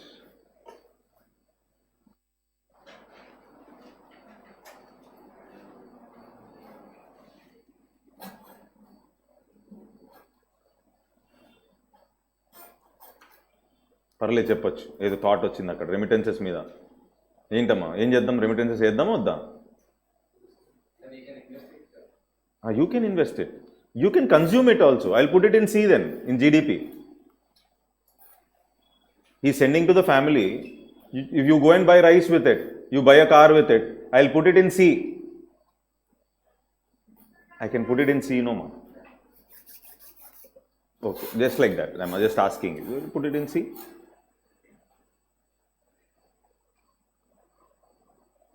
Okay, when you come to personal income, you'll understand. Till here, is it clear? Okay, now next is factor cost versus market price. What is factor cost, anybody? This is the cost of factors of production. It is the cost of factors of production. Cost of factors of production, land, labor, and entrepreneurship. Okay, so let's try to understand it with an example. Okay, so number of goods produced, I'm putting, this is the cost of production, let's say factor cost. Okay, then I'm putting taxes, basically indirect taxes this is. Okay, then I'm putting something like here subsidy. Okay, and one second, I should have put, this is very narrow. One second. So now here cost of production I put, then I put something like indirect taxes. Okay, then I'm putting something like your subsidy. Okay, then I'm putting market price. This is the final output, let's say. Final output is the total GDP. Okay, na? Okay, so here 10 units are produced, 3 cases or 4. Cost of each unit, I am putting 10 rupees. Cost of each unit, 10 rupees. Each. This is 10 units. In indirect taxes, government is not giving any indirect taxes. Subsidy is also not given. Market price will be how much of 1 unit? Inte 10. There is no indirect tax, 0. There is no subsidy. So therefore, my market price is also 10. So total output will be what? Quantity into price. Quantity how much? 10 rupees. 10 units. 10 into 10. So all units output is how much? 100. Okay. Now suppose same 10 units, 3 is the indirect tax. Okay. 2 is the subsidy given. Okay. Now what would be the market price?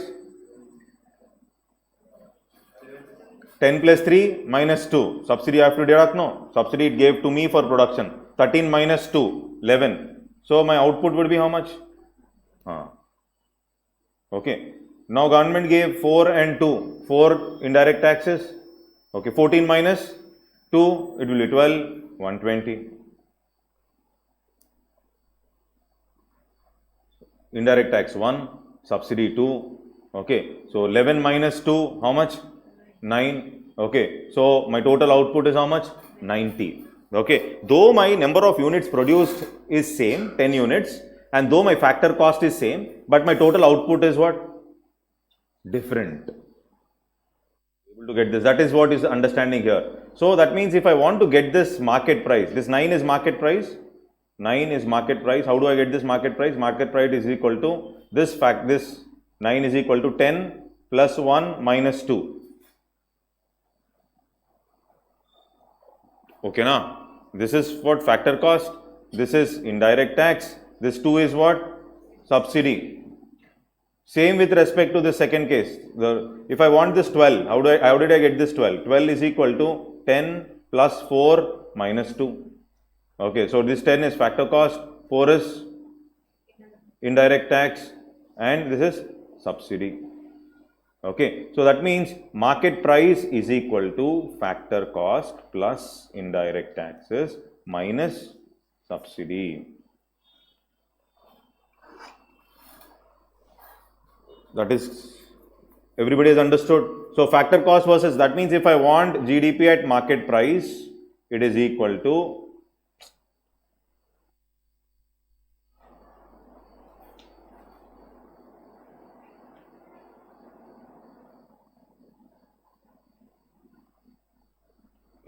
GDP at market price is equal to, so GDP at factor cost plus indirect taxes minus what?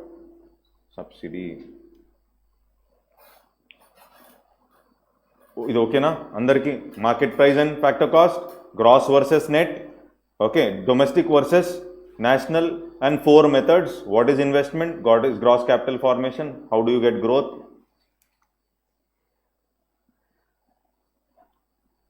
This is clear, no? Most of you should be knowing this, right? Now, till here I think things are okay.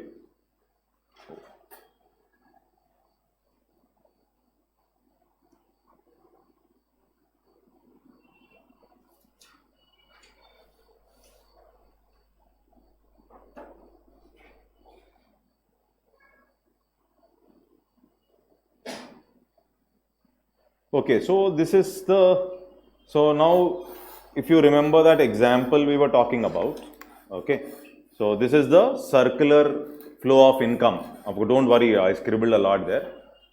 So I've drawn this, circular flow of income.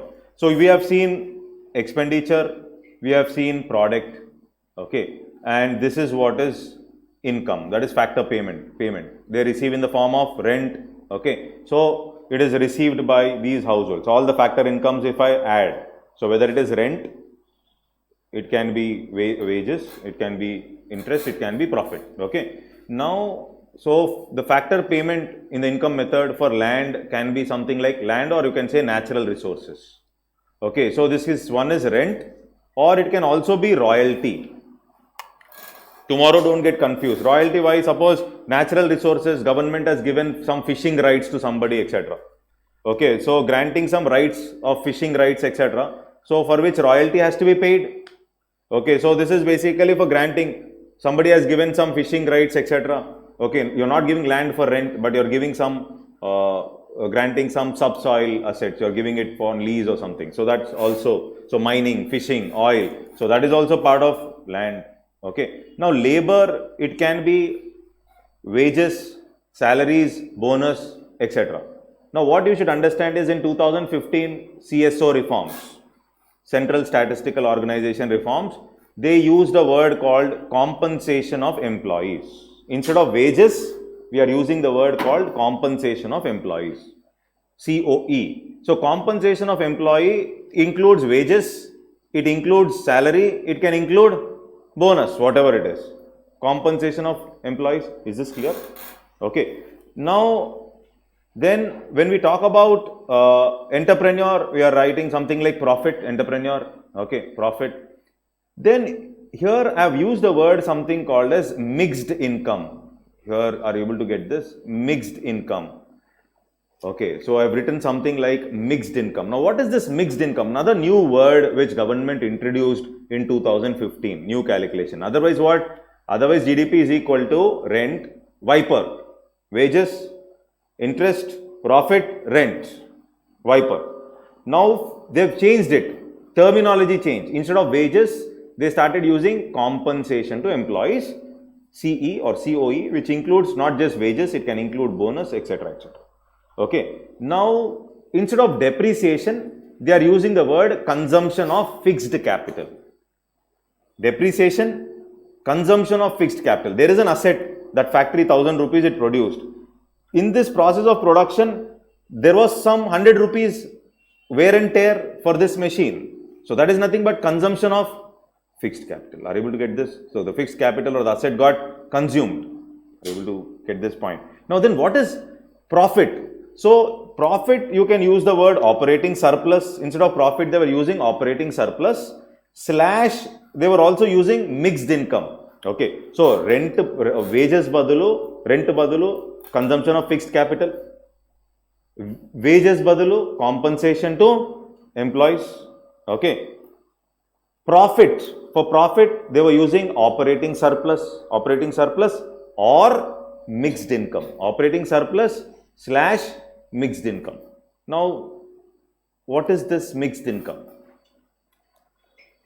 Are you able to get my point? Operating surplus comes into picture when there is this profit which you can measure. What is the surplus the organization has got in the form of profit? A bigger organization, you can see operating surplus. Now, suppose there is a doctor, okay, who has set up his clinic in his own house. Okay. Now, this doctor is the entrepreneur. This doctor is the labor. Okay. His own building, rent. Okay. So, now this is called as mixed income. Income coming from multiple sources. You cannot exactly distinguish this is profit. You cannot exactly distinguish this is profit. He is getting labor income, that is wage. Okay. Who is the entrepreneur? He is the entrepreneur. Where did he put up his clinic? In his own house. So that means rent also. Okay, so that means this he is generating. So there smaller institutions. Suppose there are 5 people, family, mother, father, 2 brothers and sister. Go to Kirana shop. They are the entrepreneur. They are the labor. It is their shop. So for them, calculating profit, operating surplus is difficult. So there you calculate something called as what? Mixed income. Income that is coming from multiple sources. This is the change they brought in 2015 in the formula. Other changes also they brought in other changes also. Tomorrow I will discuss. So earlier we were calculating our output GDP at factor cost. Now we are calculating at GDP market prices. 2015 first. That is the first change. Okay. Earlier base year 2004-5, we have changed the base year to 2011-12. This is one more change we did. Okay. Third important change which they came up with is in between factor cost and market price. You know what is factor cost? You know what is market price. In between factor cost and market price, we came up with the concept of basic prices. That is what I was showing in that economic survey. He was writing GVA at basic price. Factor cost undi. Then you have market price. In between factor cost and market price, they came up with GVA at basic prices. You know what is GVA? Gross value addition. Wheat example. But they came up with GVA at basic prices. GVA at basic prices. So we have to see what is that GVA at basic price. Next thing. Okay. Till here, things are clear. Understood. Okay. So, and they also came up with new data called MCA 21, Ministry of Corporate Affairs 21 data. That also has to be written in that answer basically. New data. So this is a new thing where all the data is included. So I'll talk about this MCA 21 data. That is also brought in 2015 reforms. Enthaman chadivaru 2015 reforms? See, UPSC nowadays is, see 2015 everybody thought the question will come in 16, 17, 18, 19. But the question was asked in 20.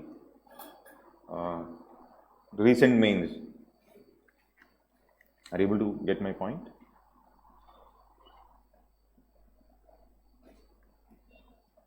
Mixed income, combined income from more than one source, operating surplus plus profit. So here I've written, see, so I've written compensation to employee. Okay, so I've written operating surplus or mixed income. Then I've written rent or royalty. CFC is consumption of fixed capital, something like the depreciation. Okay, consumption of fixed capital. Okay, so this is the change of terminology which they brought in 2015. That terms compensation to, tomorrow don't get confused, operating surplus. He was asking what is mixed income. Okay, income is coming from more than one source.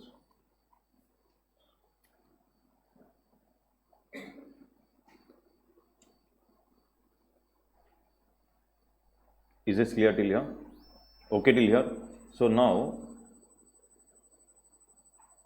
you will tell me from here, okay. So if I have arrived at GNP at market prices is equal to GDP plus net factor income from abroad. Okay. So if I have to arrive at NNP from here, Gross versus net. So what should I do? You have to subtract what? You have to subtract minus depreciation. Is that okay? Gross versus net. Are you able to get my point? Okay. Okay. Is this clear? Okay. Now from here, if I want NNP at factor cost,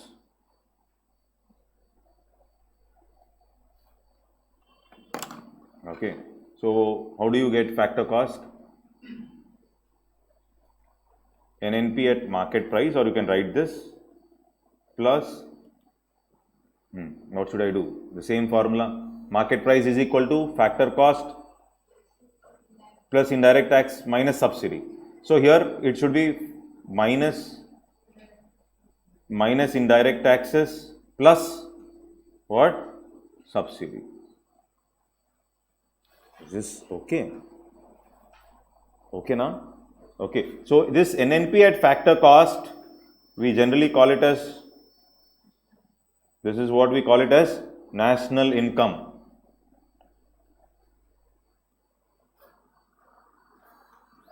Okay, NNP at factor cost is what we call it as national income. In this national income, do we have transfer payments? No. Okay, my next question, sale of second hand goods, will it be part of my GDP calculation? No. Sale of second hand goods, 2005, okay, Maruti car, it is already included in 2005. Now this year you sold it for 2 lakhs. That will not be included in the present year GDP. Okay, so, but if Cars 24 has sold this car for you and it has rendered a new service, Cars 24 has sold this car for you, it has rendered a new service. This service charge will be included in the present GDP calculation, but sale of second hand car will not be included. Okay, investment into shares, will it be included in my GDP calculation? Is it part of I? No. Are you able to get my point? It is not part of I, everybody, because I is basically about capital formation. So investment into financial instruments you will not put. So actually some blogs like Murnal and all, they have put shares into investment, which is not. Okay, so basically shares is not seen as investment according to economists. See, if as a company I issued IPO, okay, you raised money, you sold it to somebody else. Okay, so but through that money which I raise, I may buy some machines. That will be included in GDP. Not this transaction. This is only a credit relationship. Assets are moving from one fellow to another. But ultimately new assets are not created. From me shares are coming to you. That's all. Here it is becoming zero. It is getting added. Net asset creation is not there. Therefore it can't be part of I. Are you able to understand what I'm trying to say? Okay. So these things. Okay. Goods produced for own consumption. That final product, it can be included. Okay, black money, etc. will not be included in my national income calculation. Obviously, it is not accounted for. So, how do you include it in the national income calculation? We can't include it in the national income calculation. Is this okay till here? Till here things are okay? Okay. So, now.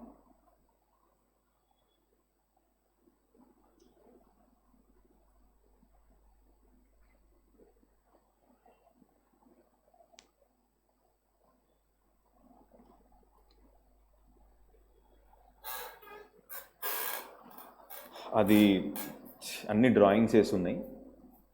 Okay, కాకపోతే మరి ఏం కాదు, అర్థమవుతుంది. Okay, so what is this have written there? Private income. Okay, so how do I arrive at private income? Number one. Then how do I arrive at personal income from my national income? Two things here. Okay, so how do I arrive at private income? And then how do I arrive at personal income? This is the next thing. Once you know what national income, okay, so how do I arrive at what is private income? And then second thing would be arriving at personal income. Last two. Okay, so what is private income? First of all, anybody?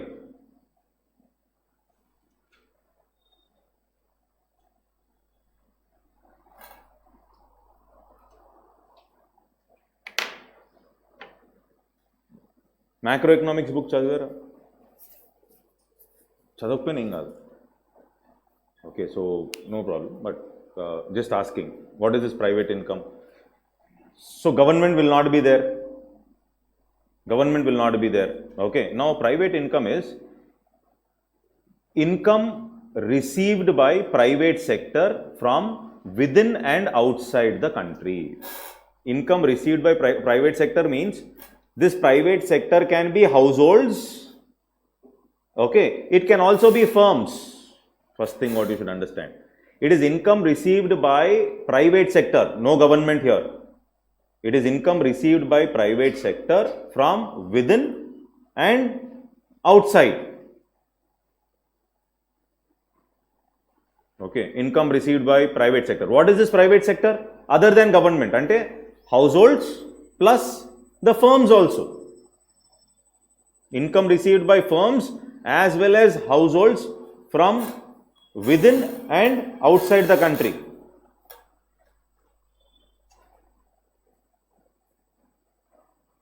Okay, till here. Okay. Now, so to this, I also have to add something called as NFIA. Okay. Now, this is basically factor income from within the country. Factor income from within the country means income produced from the firms or income which is coming from within the country. I can put it as NDP at factor cost. NDP at factor cost. Okay, so how do you understand this? So suppose, going back to this diagram here, okay, this firm, the output produced by this firm, okay, so I'm putting it as NDP. How do you get NDP from GDP? You remove what? Depreciation. Okay, so what I'm trying to put it here, what you will understand here is, if you see this is from within the country, factor income from within the country, to whom? Both households as well as firms, private firms. Factor income from within the country, that is what? NDP at factor cost. Clear? Plus I am also adding NFIA, net factor income from abroad. This NFIA will not be included in this factor income. This is coming from within the country. NDP at factor cost is income that is coming from within the country to the private sector. Private sector means households as well as firms, plus I am also adding NFIA, net factor income from abroad. Income which they are getting from outside, the net income which they are getting from outside. Okay. Plus most importantly, something that is not included in this factor income, which is part of private income. Private income is the transfer income. See, transfer payment, remember transfer payment? It is not part of my GDP calculation. It is not part of my national income calculation. Everybody? Okay, that means it's not part of my factor income. It's not part of my NDP factor cost. So to that, I also have to add something called as transfer income for the private sector or the households. You may be getting something like grants. Government is giving you pension. Government is giving unemployment allowance. Government is giving scholarships. This is transfer income from within the country. From outside, Melinda Gates Foundation has given grants to the firms or maybe to people, whatever it is. All that is what? Transfer income. Are you able to get what I am trying to say? So one is I am taking factor income. Factor income coming to whom? Private sector. What is this private sector? Firm as well as households. Along with factor income within the country, NDP factor cost, plus I should also take factor income coming from abroad, net NFIA. Along with that, I also have to add what? Transfer income that is coming from within the country country as well as that is coming from outside. That is also income which you will spend. Government is giving you unemployment allowance, though it is not your factor income. Tomorrow you will go out and spend. Okay, it is part of your personal income. It is part of your personal income because you will use that income to spend. Are you able to get my point? Okay, so but that is not a factor income, so it is not part of your national income. Okay, so in this transfer income, okay, so I have written few things here.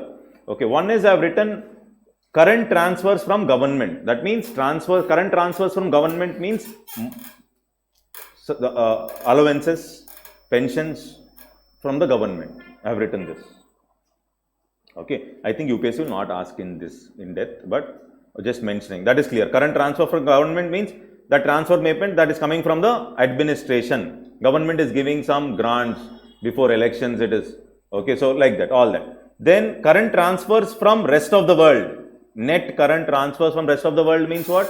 This is the net grants, transfer payment, net coming from outside. Net is incoming minus outgoing. Are you able to get my point? Net transfers from rest of the world, that also is part of my transfer income to the firms as well as households.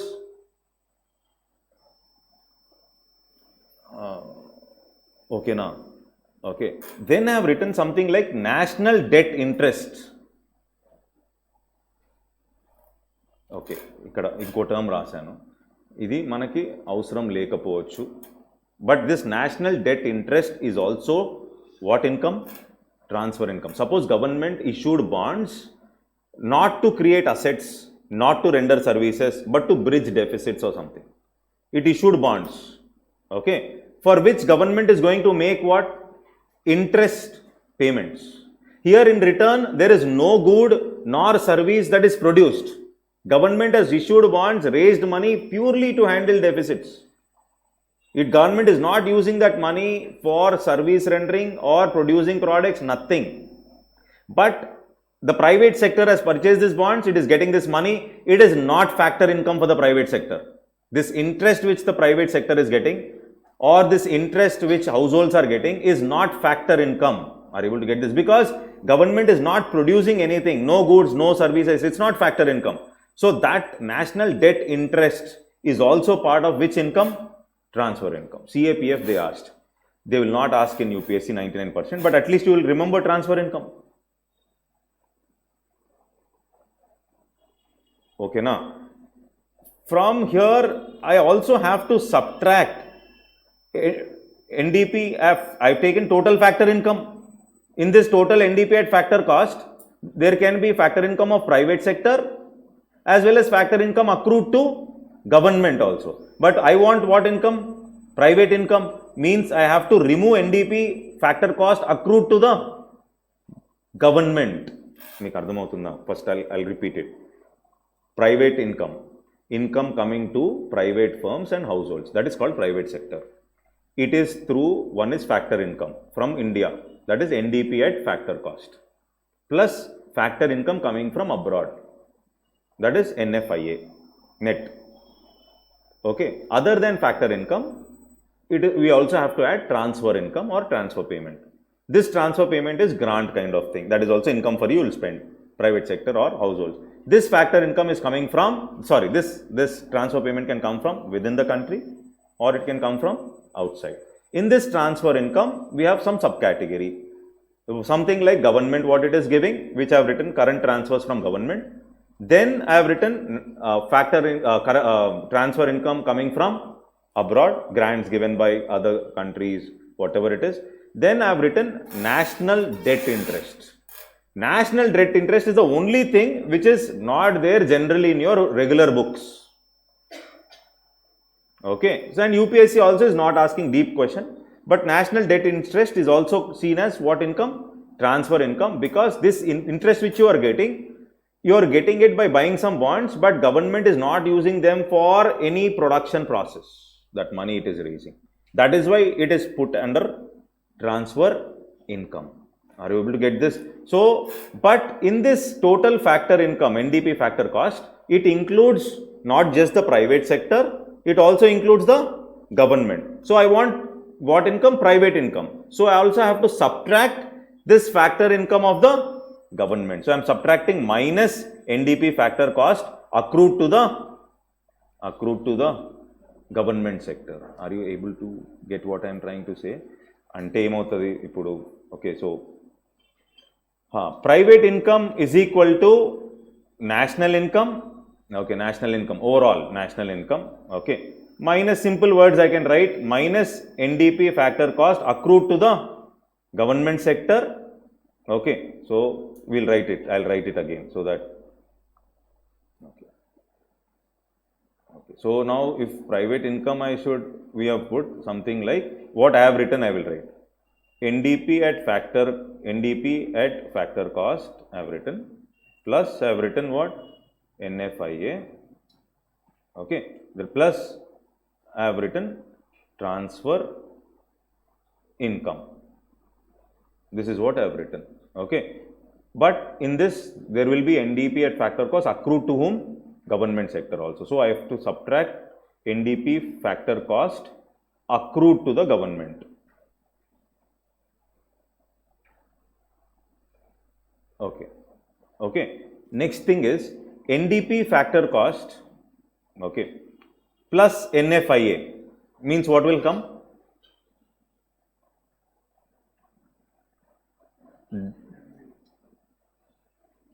NNP at factor cost. NNP at factor cost. అర్థమైంది కదమ్మా? NNP at factor cost. I'm adding NFIA. Okay, I'm adding NFIA. I should get NNP at factor cost. NNP at factor cost is nothing but what? That is nothing but national income. Are you able to get my point here? This is nothing but my national income. Are you able to get this? Okay, so if you see here, I have written, okay, so national income minus NDP at factor cost accrued to government minus NDP factor cost accrued to government.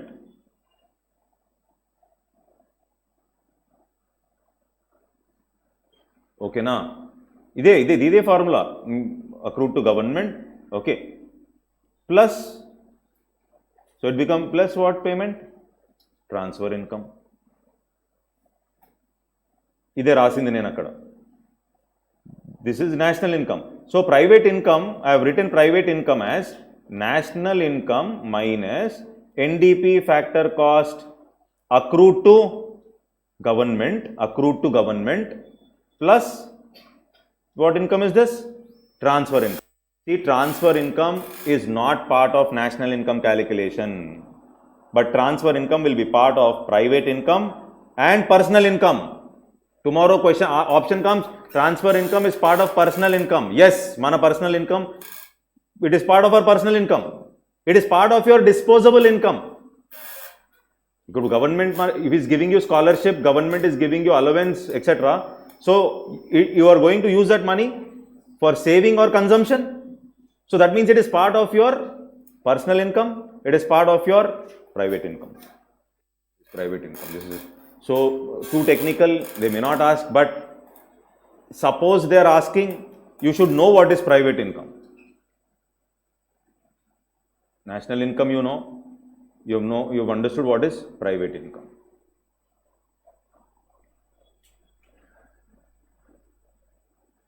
Okay, na? Okay, 8:15 అవుతుంది, but personal income is still left, and GVA tomorrow I will do that, and I will get into fiscal policy. Okay, and I'll solve some regular previous questions I will show, but we have a sheet. Okay, 99 to 100 question sheet is there. That I'll pick some 50 out of that. That you will be writing test, which I told you, no? So that test time I will give you. Maybe you can write at home also, no problem, but write that. But previous questions, last 10 years I will show. Mari late aithe it will be difficult. That's the reason I stopped here. Tomorrow the thing would be, we'll start from personal income and new calculation, GVA calculation, new GVA calculation, and PPP exchange rate, GDP at PPP exchange rate.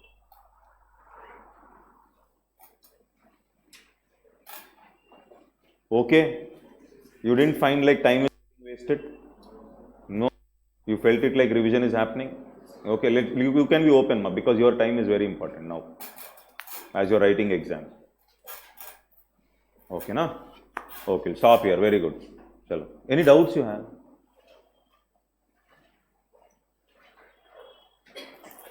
If you have time, I will suggest 2 minutes I'll take if you have time. That is, see, everybody is thinking success is coming from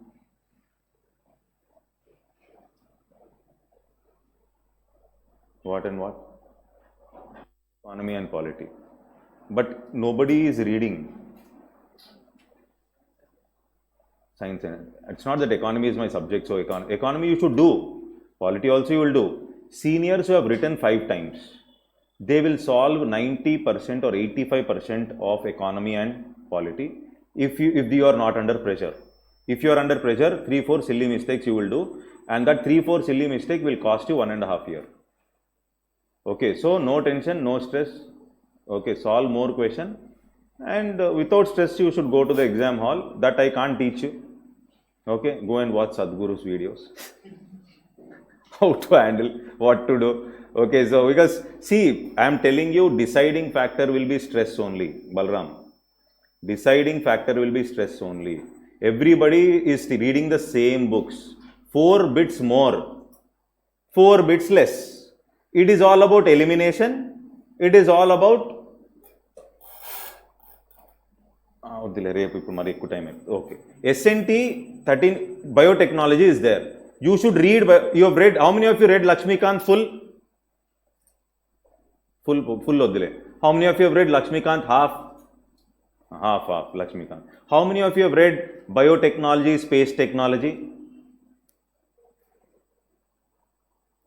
మన దృష్టిలో అదేంటంటే subject కాదు. Okay, so అది current affairs నుంచి అడుగుతారు కాబట్టి మనం ఎలాగో మేనేజ్ చేస్తామని. కానీ తెలియాలి కొన్ని, వైరస్కి బ్యాక్టీరియాకి డిఫరెన్స్ కూడా తెలియకుండా ఎగ్జామ్కి వెళ్ళకూడదు. Okay, and the game is that 10 questions in SNT, the game is with that environment. Are you able to get this? History, anyhow, you can't do anything. Open challenge. Open challenge I will do. Ante sir, meek history anta raadu kabatti cheptunnaru ante anta ledhu, naaku kuda modern history vachu. Okay, so I taught my previous students modern history only. I don't like ancient medieval, so I don't. So, but medieval history, how much ever you read, your return on investment, you should read. I'm not saying you will not read, but it is not so easy. So therefore, maximize where you can maximize. And history also has to be read completely, and you will do some guesswork, some techniques. Chausat Yogini temple, I did one elimination technique last year paper. Is the only circular temple. If you eliminate that only, you get the answer. అట్లా manage చేసుకొని కొన్ని history questions తెలుసా మీకు? చౌసత్ యోగిని temple ఎక్కడుందో వెళ్ళొచ్చారు ఎప్పుడైనా? See like that it will be. Okay, like that if is asking, it is not like your GDP. Are able to get my point? So you should read you read all the 100 questions, number 1 in exam. Number 2, check whether he is giving clues. Number 3, you're not going without reading SNT and environment. You're not going to the exam without specifically reading. Okay. Number 4, last 1 month, May, daily solve 200 question and check the keys. Any institute, check key mean not key, answers ante vaadu rastadu kada explanation that. Okay, so it will take around 8 hours, 8 to 9 hours. So every day 200 questions, 250 into 30 days, around 6,000 to 7,000 questions. Okay, one more last suggestion. Current affairs, read one institute textbook. I know you will not read textbook, meer anta Hindu chadive type undaru chaala mandi. So you read one institute textbook, solve questions of other institute. Same textbook you read, you read institute, or you read vision, you solve vision questions, you feel, oh, I've got all the questions. It is prepared from where you have read.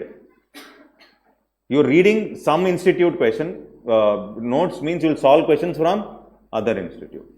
These are some small tips. Like this, I'll give some more tips tomorrow. That's all. Thank you. Too much.